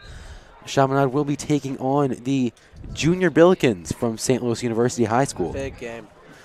Little, you know, friendly rivalry going on with them. It'll be a great win. That game will be coming on October 5th. That is next Friday at 7 p.m. right back here at Don Ohms Field. And also, we'll be bringing it, as always, right here on CSPN. That is Chaminade's last home game of the season before ending the regular season with a 2-game road trip going to Poplar Bluff the week after and then Lutheran North for week 9. But we will be broadcasting that game against SLU and the 2 thereafter, all right here on CSPN. So make sure you stay tuned for those. I think the problem we had tonight was just, you know, offensively we were clicking most of the time, and just defensively on the pass defense, we were on top of it. Just we just had no response to the running game. Credit to the Chaminade secondary, though, shutting down Johnson. Definitely. I was, I mean, all, you know, the running issues aside, Johnson was largely shut down the entire game. He might have had 1 catch, maybe. Maybe, yeah. Which is impressive considering how, you know, how many offers he has. Top junior recruit in Missouri, as Jack pointed out earlier. So next week's our last home game of the regular season. So here comes the snap on a first down. Close to the, excuse me. They're just running out the clock at this point. Yeah. About 10 seconds left on the play clock. They're just milking it. And Oh, flag. no. Another flag. False start on the. False start against DeSmet. Thank you. Oh, really? Yeah. So we're going to be getting back in like 2 You know, there's a lot to learn from this game. You know, offensively, there's a lot to learn because as much as we love to see Brady in the pocket, that's not what you want to see 3 out of the 4 downs. You don't want to see your QB so rushed that he has to run it to the outside on every attempt. You want to, you know, go with the flow, get the passes connecting, get the running game going. So I think there's just a lot of learning that comes from this. A lot of positive taken out, though. I mean, the pass defense, I mean, with Prevost and his 3 interceptions, he's playing out of his mind. He played out of his mind tonight. Brady Cook and his scrambling were on point. The running game, not as good as it was last week, but it wasn't awful. Wasn't awful. Right. Say that much. And then another handoff to Derez Snyder. He's still on his feet, cutting it all the way to the outside. And there's a flag on the play, but Derez Snyder walks it into the end zone See who the flag's against. They might be calling that one back. Penalty on the play. On the offense. It's on the offense. Great run there, though. Yeah, minute 45 left.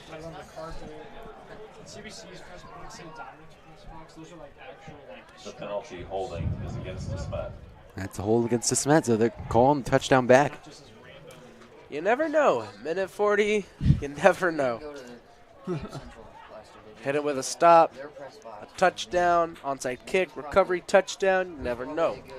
The big play from Prevost, maybe that could work. Who knows? Pick six. Maybe we can get like a couple pick sixes and then like 3 and like 2 pick sixes in the span of a minute 46. Why not? Could work. That's awesome.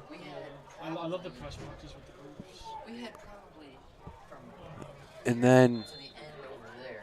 running the ball for DeSmet that time was Nate Martins again. You know, like we said earlier, like you said, guys, a lot of good things to take away. I think our defense has just been on point with the pass protection, or the pass defense has just been on point, definitely in the past 2 games. They have not allowed a lot of pass, reception yards. But, the line, of course, they're getting wear and tear, but I think that's just one thing they can learn from, how to deal with a running back, or running backs in the case of DeSmet. Right. Stop.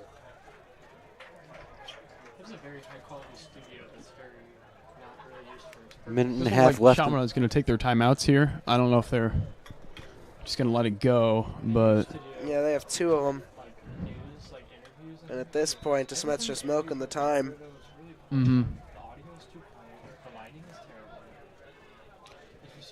just going to wait. Yeah, they're taking their time here on the snap. Still got about 15 more seconds left on that play clock, so they got all the time in the world. Right. No rush for them. Martins pressured, chased out of the pocket, almost got sacked, trying to get it.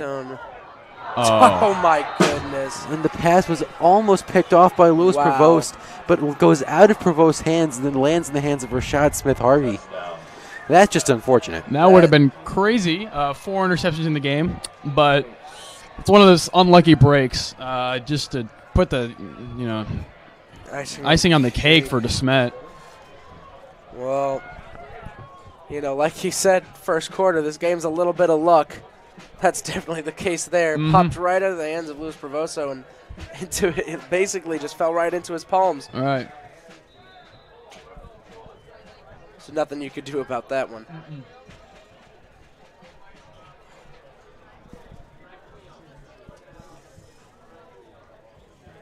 Here's the PA. And Zarek's kick is good. So DeSmet leads 34-16. And the point after kick is Well, good. 51 seconds. I don't know what we're going to do with it, but all I know is it was a good game. I think definitely the first half was very intriguing. How we just held them to 14 points. Third quarter, both teams also stayed very close, and I think on the fourth quarter, the defense got tired and they took advantage on the running game. See, second half was all DeSmet. Chaminade only put up that Schmidt field goal in the entire second half. Right. DeSmet put up at least two touchdowns. Yep. 2 touchdowns. So, I mean, as Chaminade, you just don't. Maybe there's a little wear and tear and tire in the second half, but it's just you don't want to see that. Right. But a lot of the guys are young, and it's just a learning experience, My boy Stanley Williams out there potentially returning this kick out there with Jamie Johnson. Love to never mind. He's shifting back. I'd love to see him return it. Yeah.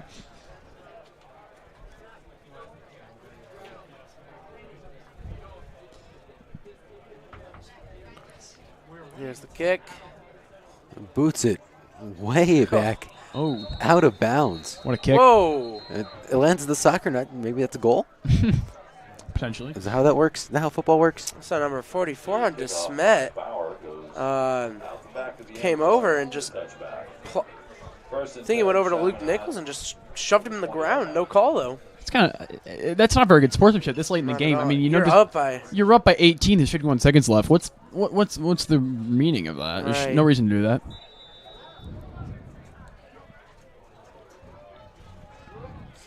Well, 50 seconds left in the fourth. Shaman's going to run it out. Another handoff. Staying up. Gain of about 7. I mean, probably one more play called from Shaman, maybe 2. And just, yeah. Clock stopped there. They give him the first down. Yeah, give him the first down. I think it's going to be one more play from Chaminade here, and I think it might be the game. I'd have to agree.